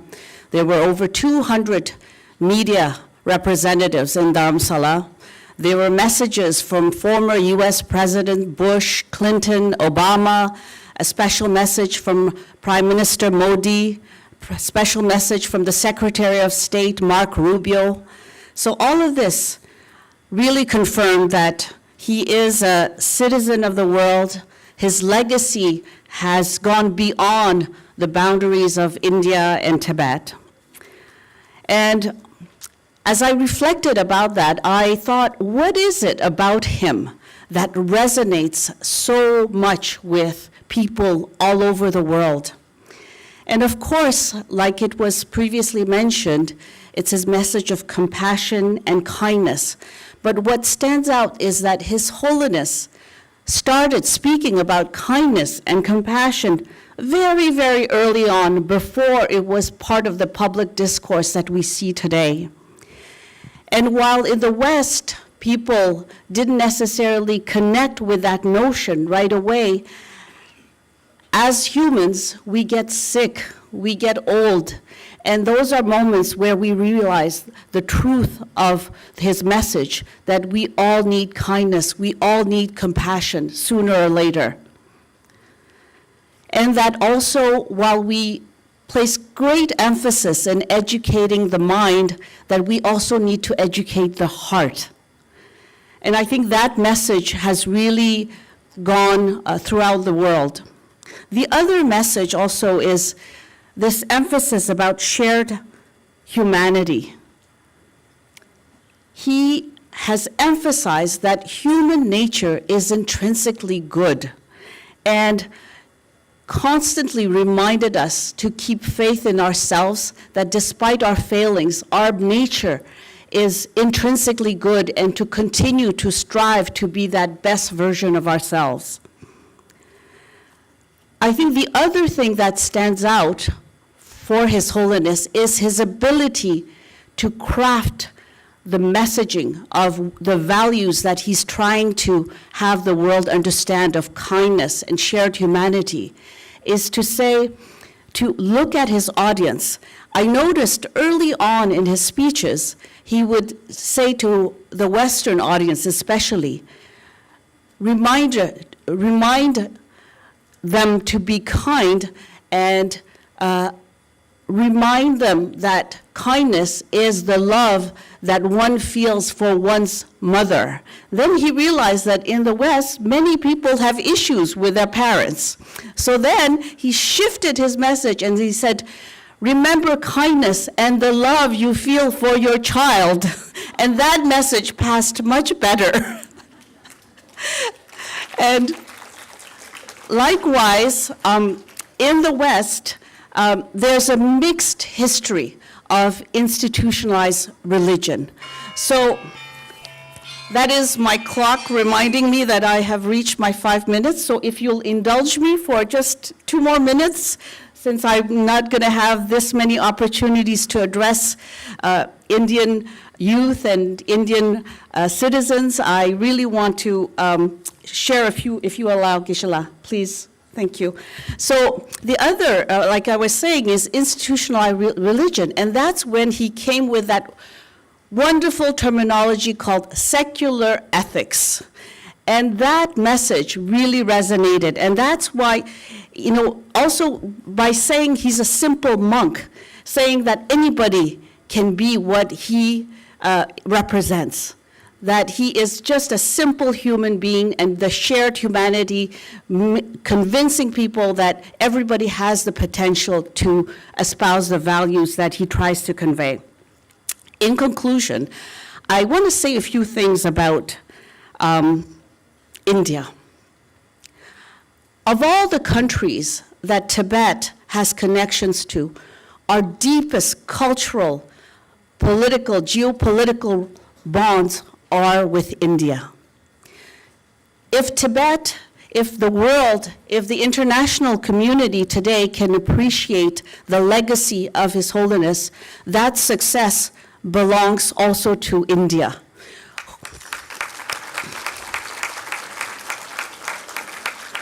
India provided a safe haven for His Holiness, the Tibetan people, to thrive and grow and survive the trauma of war with China. And to all the Indian youth who are here today, that safe haven was provided by the generation of your parents and your grandparents.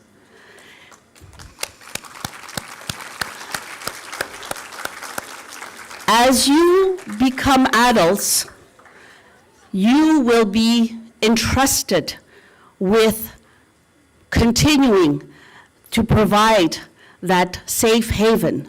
And we hope that you will continue to stand by the legacy of His Holiness and the Tibetan people, because the heart of his legacy rests in India, with the Central Tibetan Administration in Dharamsala and all the cultural institutions and religious institutions that we find in India. His Holiness, like for so many Tibetans, India holds a very special, dear place in our heart. It is the place of my birth. It is the place where we found security when no one else would welcome us, and that we will never, never, never forget. A word of caution: as His Holiness advances in age, his public activities, engagements will diminish. We are entering into a very, very critical, sensitive period of transition between the 14th Dalai Lama and the 15th Dalai Lama. There will be a period of 15 to 20 years where we all need to come together, all the people who believe in his legacy and the message of peace, and make sure that we continue to fight to protect his legacy. There are simple things that we can do by just even altering our narratives. Right now in the media, there's always a reference to the 2 Dalai Lamas. There won't be 2 Dalai Lamas. There's going to be only 1 Dalai Lama, who will be, as per the instruction of the Dalai Lama and the Ganden Potang, and there will be this person that the Chinese Communist Party tries to impose on the international community. And that is a very, very important message to bear in mind. Likewise, China will continue to try to undermine, tarnish the image of His Holiness and undermine the legacy that he has built, especially in India. So I leave you with a message, with a plea to join forces, to join the army of soldiers to fight for peace and protect the legacy of His Holiness the Dalai Lama. Thank you.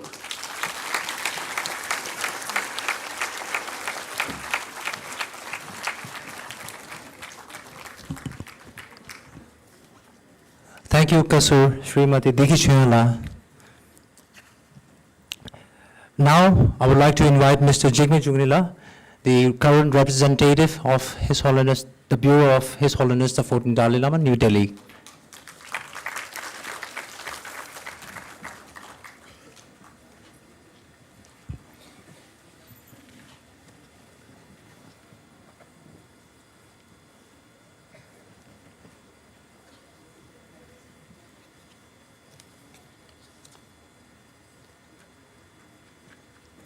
Honorable Chief Guest, distinguished guests, and my dear friends,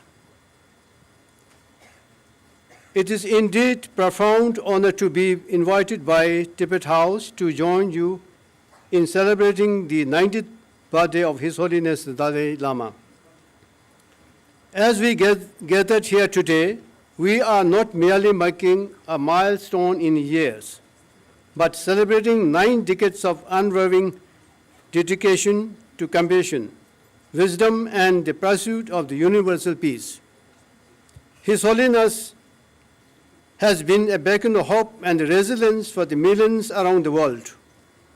through decades of excellence, he has been transformed personal sufferings into universal compassion, showing us the truth strength lies not in conquering others, but in conquering our own negative emotions. His message transcends religious, cultural boundaries, speaking to the fundamental human yearning of the peace, understanding, and the genuine happiness. Today we mark on this year of compassion. We are reminded that compassion is not merely a spiritual ideal, but a practical necessity for our troubled world. His Holiness has constantly taught us that compassion is not a passive sympathy, but active engagement with the sufferings of others. It is a foundation upon which we can build a more harmonious society. The film which we are to witness, The Wisdom of Happiness, captures the essence of His Holiness' teachings. It reminds us that the true happiness does not come from material and the possession or the external achievements, but from cultivating inner peace, practicing kindness, developing a warm heart towards all beings. This wisdom, distilled from the centuries of Tibetan Buddhist tradition and His Holiness' own profound insights, offers us a roadmap for living with a greater purpose of fulfillment. As we celebrate today, let us not merely honor His Holiness' remarkable life, but commit ourselves to living His teachings in our daily life. Let us practice compassion not as towards those who are kind to us, but especially those who challenge us. Let us work towards creating a world where a dialogue replaces conflicts, where understanding bridges the differences, where the well-being of all beings is our shared responsibility. His Holiness often says, "My religion is very simple. My religion is kindness." In this simple words lies the profound truth that can transform our world. May this celebration inspire us to make kindness our guiding principles, compassion and daily practice, and wisdom our constant compassion. On this occasion, I extend my heartfelt gratitude to the Tibet House for organizing this meaningful celebration, and to all of us, you are continue to support His Holiness' vision of more compassionate world. May His Holiness live long and continue to bless us with His wisdom and compassion.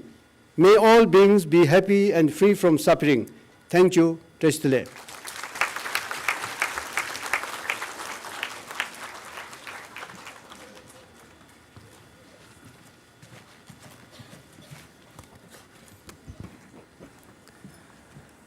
Thank you, Mr. Jigme Jungnila. Now, I would like to invite Mr. Manuel Bauer, the photographer, a Swiss photographer, on stage, and I would like to request him to kindly address the gathering.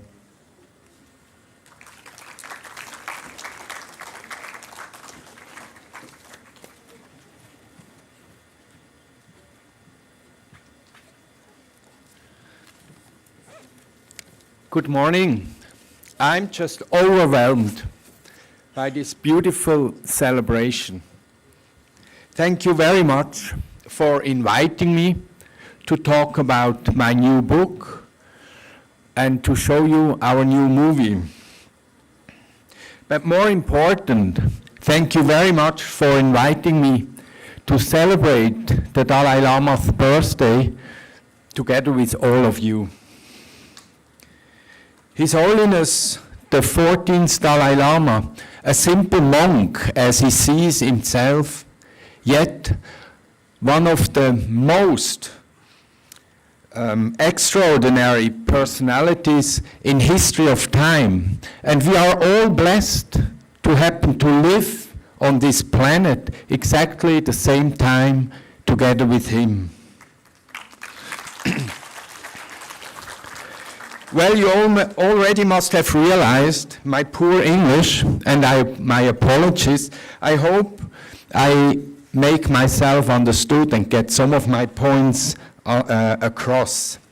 I'm often asked how it all began. So let me start by explaining how it all started.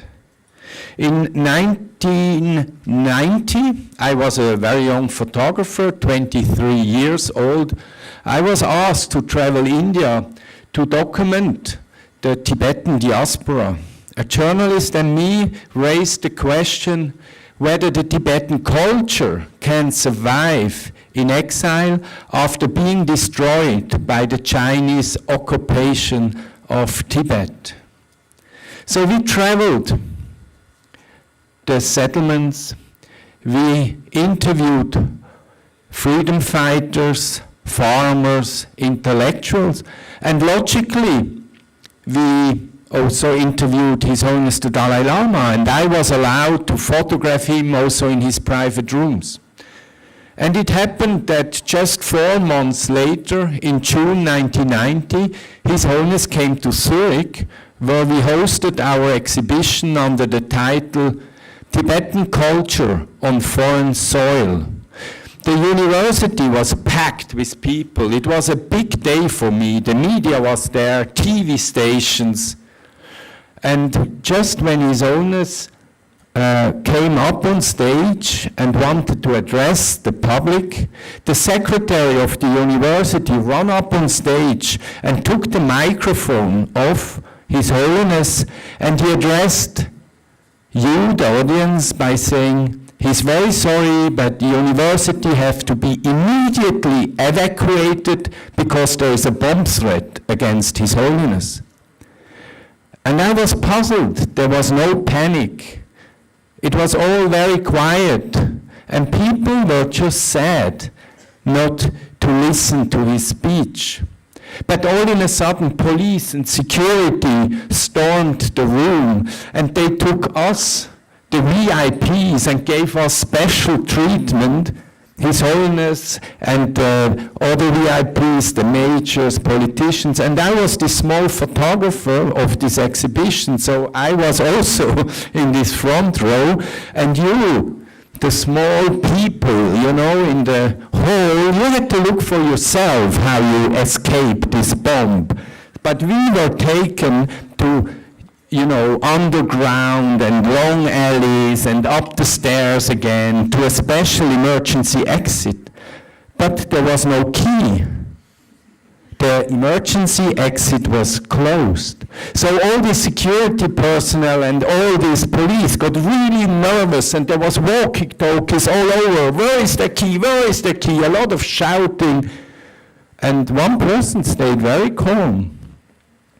So we were brought to an office of the university, and His Holiness was seated on just an ordinary office chair, and he was joyful. He sat on this chair and turned around and made his pirouettes, and everybody still was nervous, looking for their key. And I was very young, and I was not aware of the protocol in Tibet, you know, how to, you know, be humble and polite. I directly addressed His Holiness and said, well, for you this bomb is no problem because you're a living God. You can just fly out of the window. And His Holiness stood up and said, yes, like a little bird.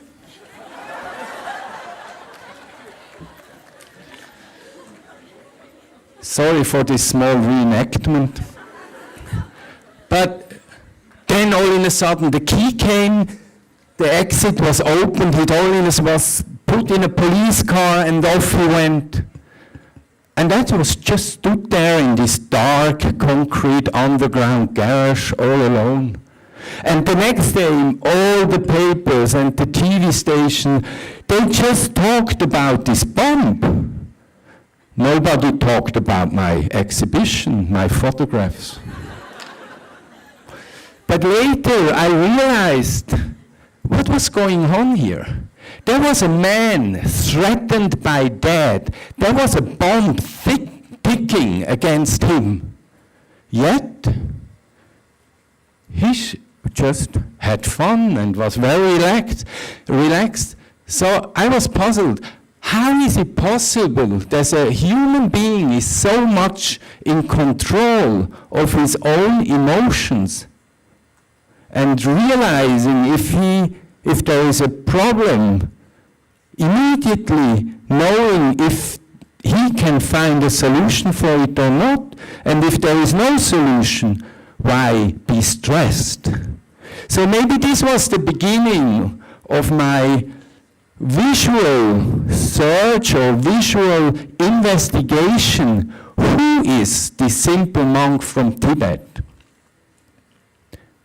So here I am, 35 years later, and I still photograph His Holiness. I still try to document and build a comprehensive visual archive, simply because I think somebody has to do it.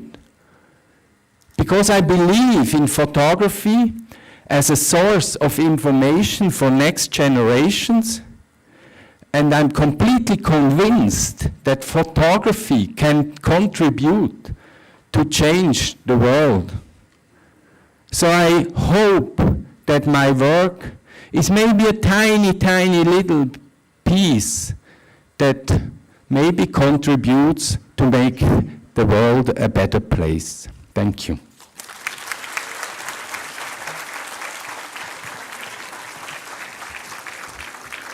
Thank you very much, Mr. Manuel Bauer. I now warmly welcome Sri Abhijit Haldarji, the Director General of International Buddhist Confederation, New Delhi. And I will request him to kindly address the gathering.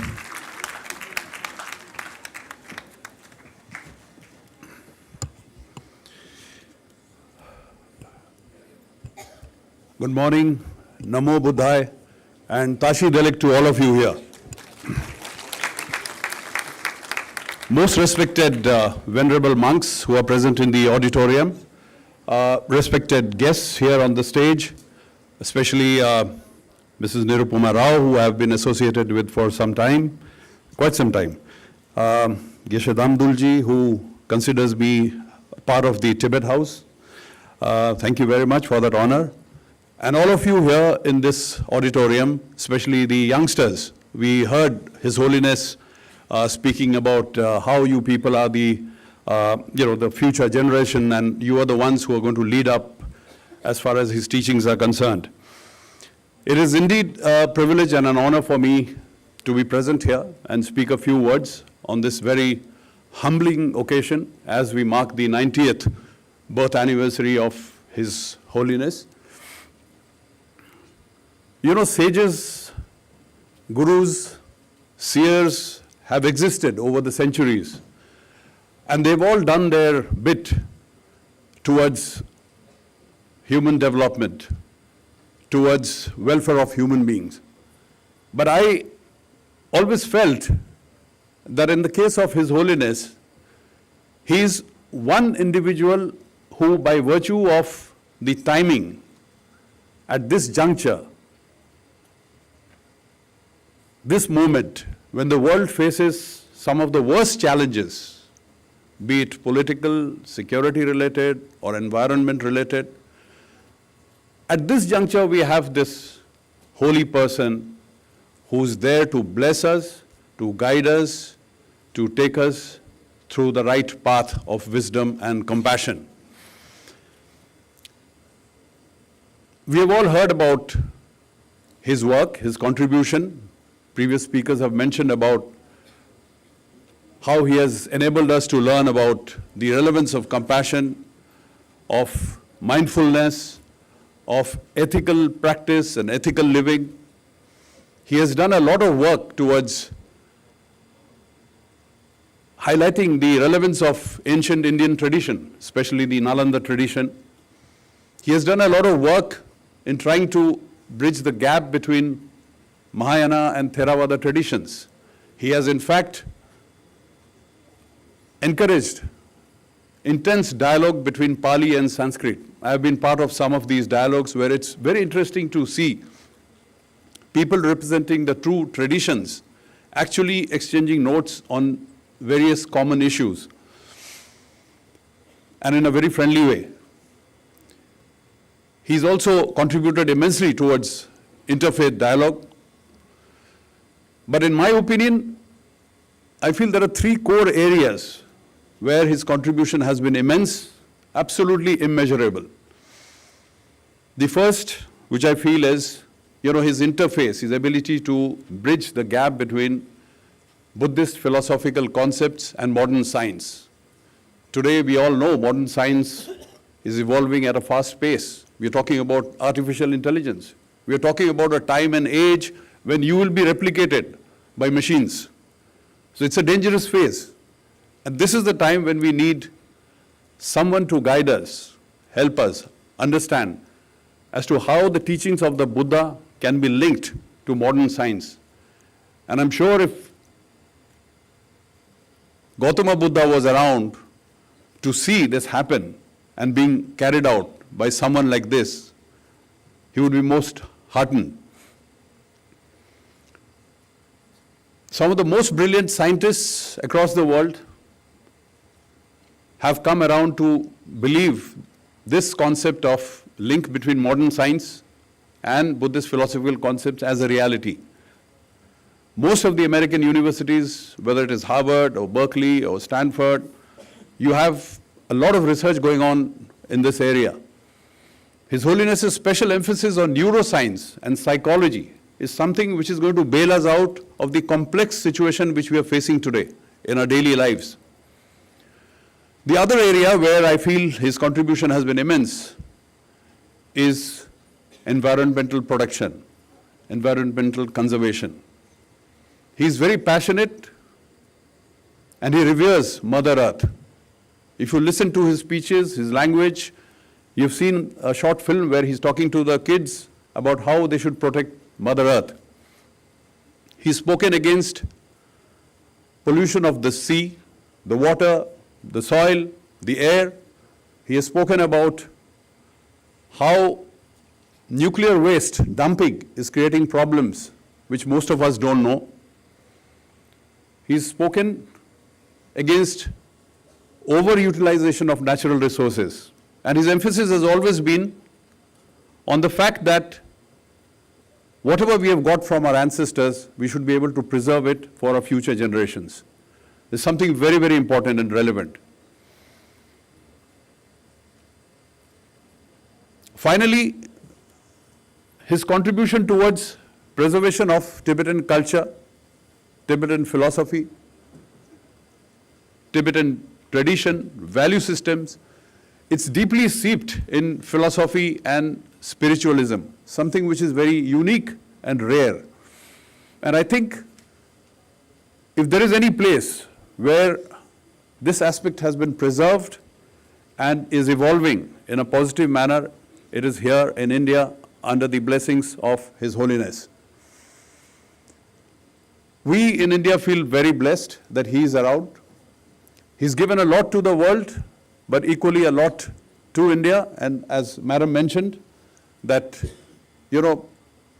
a platform where His Holiness and the entire Tibetan community can showcase what they are worth is something which we are most happy about and glad that we have come all these years creating an ecosystem which is delivering so much to the entire world and to humanity. Thank you very much. Tashi Delek, Namo Buddhaya.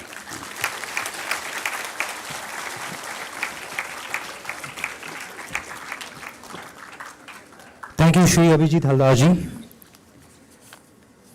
Now we have, last but not least, I would like to invite Mrs. Minoti Bariji, who is the founding trustee of Sikh Center School, New Delhi.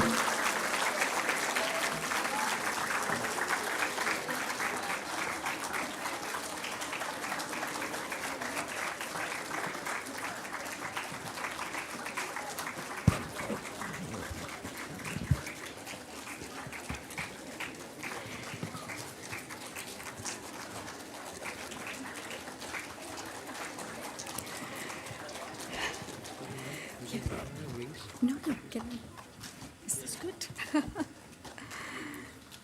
Tashi Dele,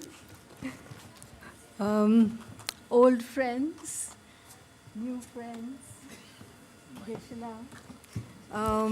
Okay, I think I need to be raised on a platform. Is that better? It is the 90th birthday of our teacher. What a glorious, glorious day for all of us. When I met His Holiness in 2013, I knew I was going to meet someone special. But nothing prepared me for the moment when he entered the room. I think the whole room just lit up. And I know many of you know that feeling. We know that when he comes in front of us, we just stop thinking. We stop breathing. And we know we are in the presence of a Buddha.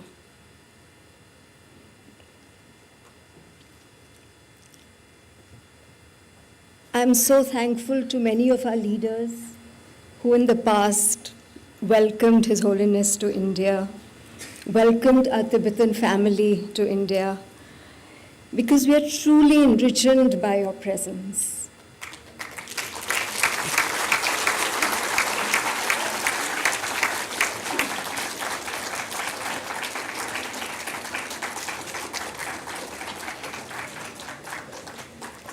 As His Holiness has said, that it is the student teaching the Guru all over again.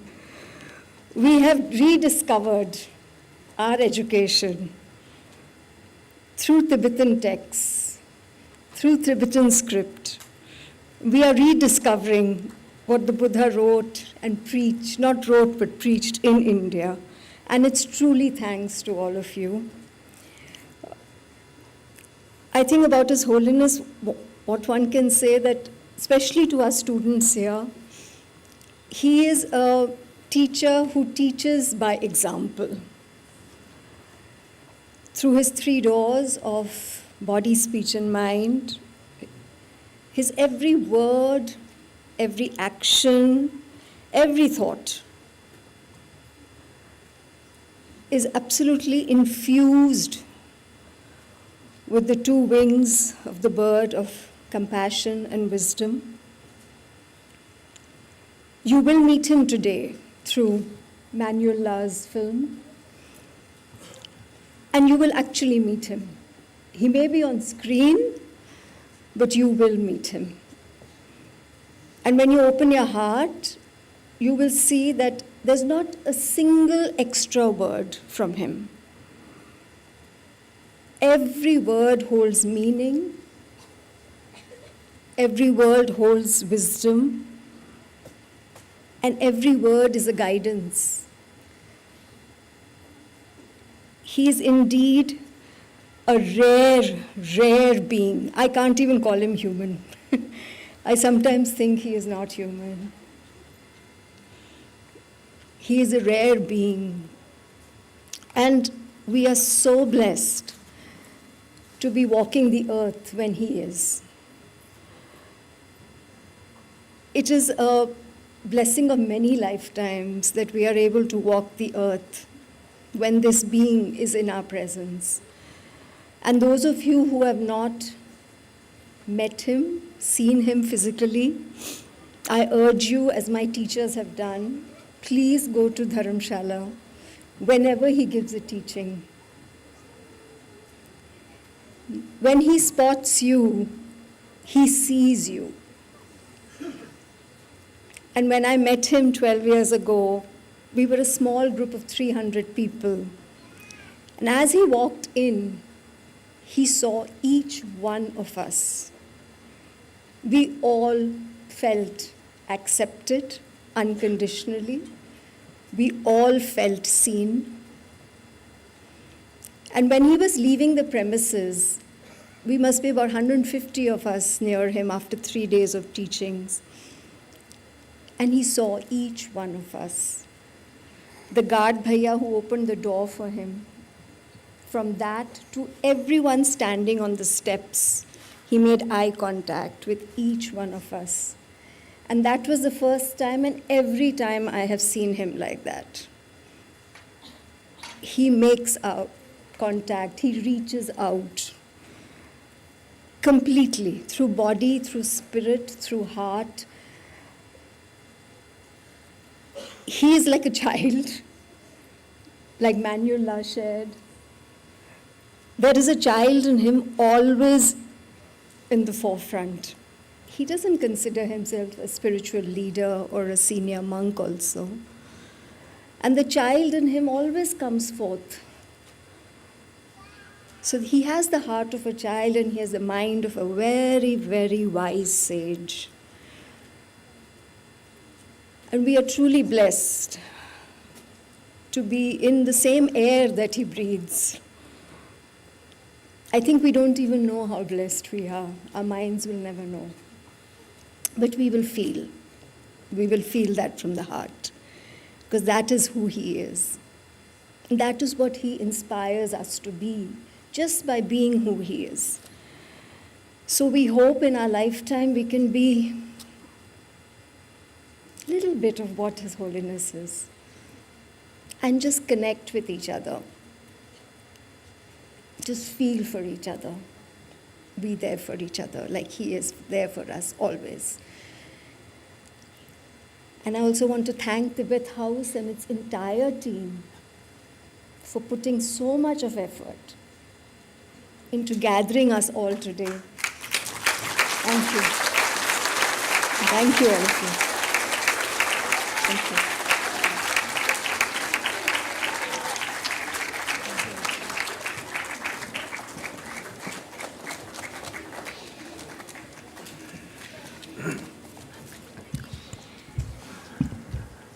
Thank you very much, Mrs. Minoti Bariji.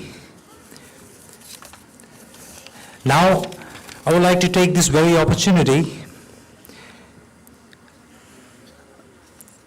to kindly to announce the book release of the book Dalai Lama by renowned Swiss photographer Mr. Manuel Bauer. And I would like to request our chief guest, Srimati Dr. Nirupama Menon Raoji, and our distinguished guest of honor to kindly do the honor of launching this book, the Dalai Lama. May I request my colleague, our publication in charge, Mr. Tamding Wangila, to kindly distribute the book to our chief guest and our distinguished guest of honor.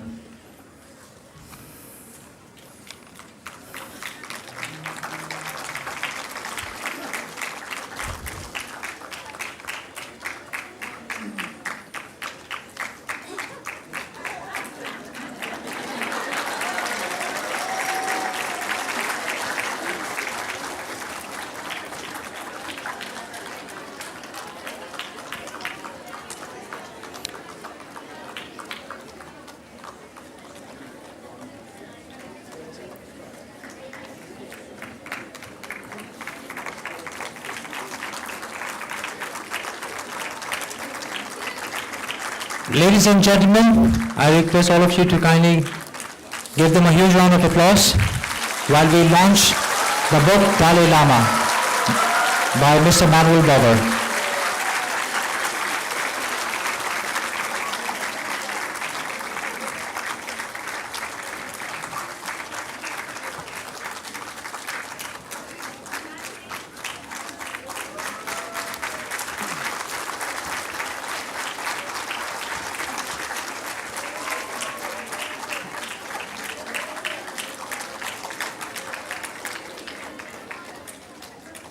Thank you.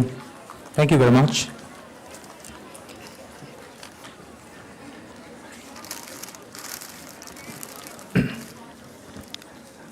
Now, as we have come to the conclusion of the inaugural session, and the most awaited element of today's inaugural session now will be a film screening, the first film premiere of The Wisdom of Happiness, a film by Barbara Miller, Philip Delacroix, and Manuel Bauer. So we are going to present a film screening on this, The Wisdom of Happiness, and I hope you enjoy. And I also request our chief guest and our distinguished guest of honor to kindly take their respective seats downstage. Thank you.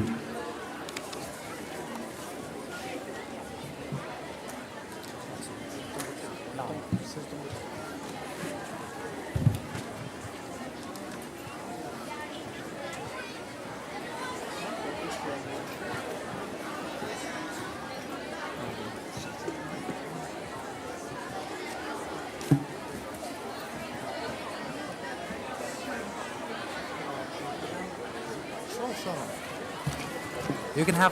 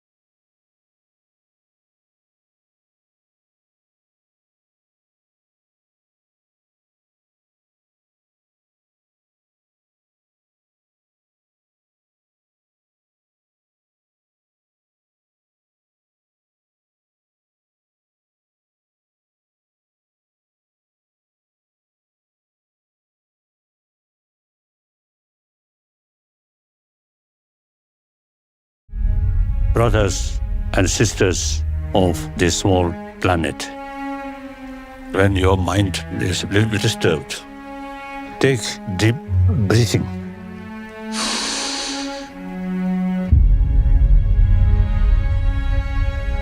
Not talking about God, not talking about next life.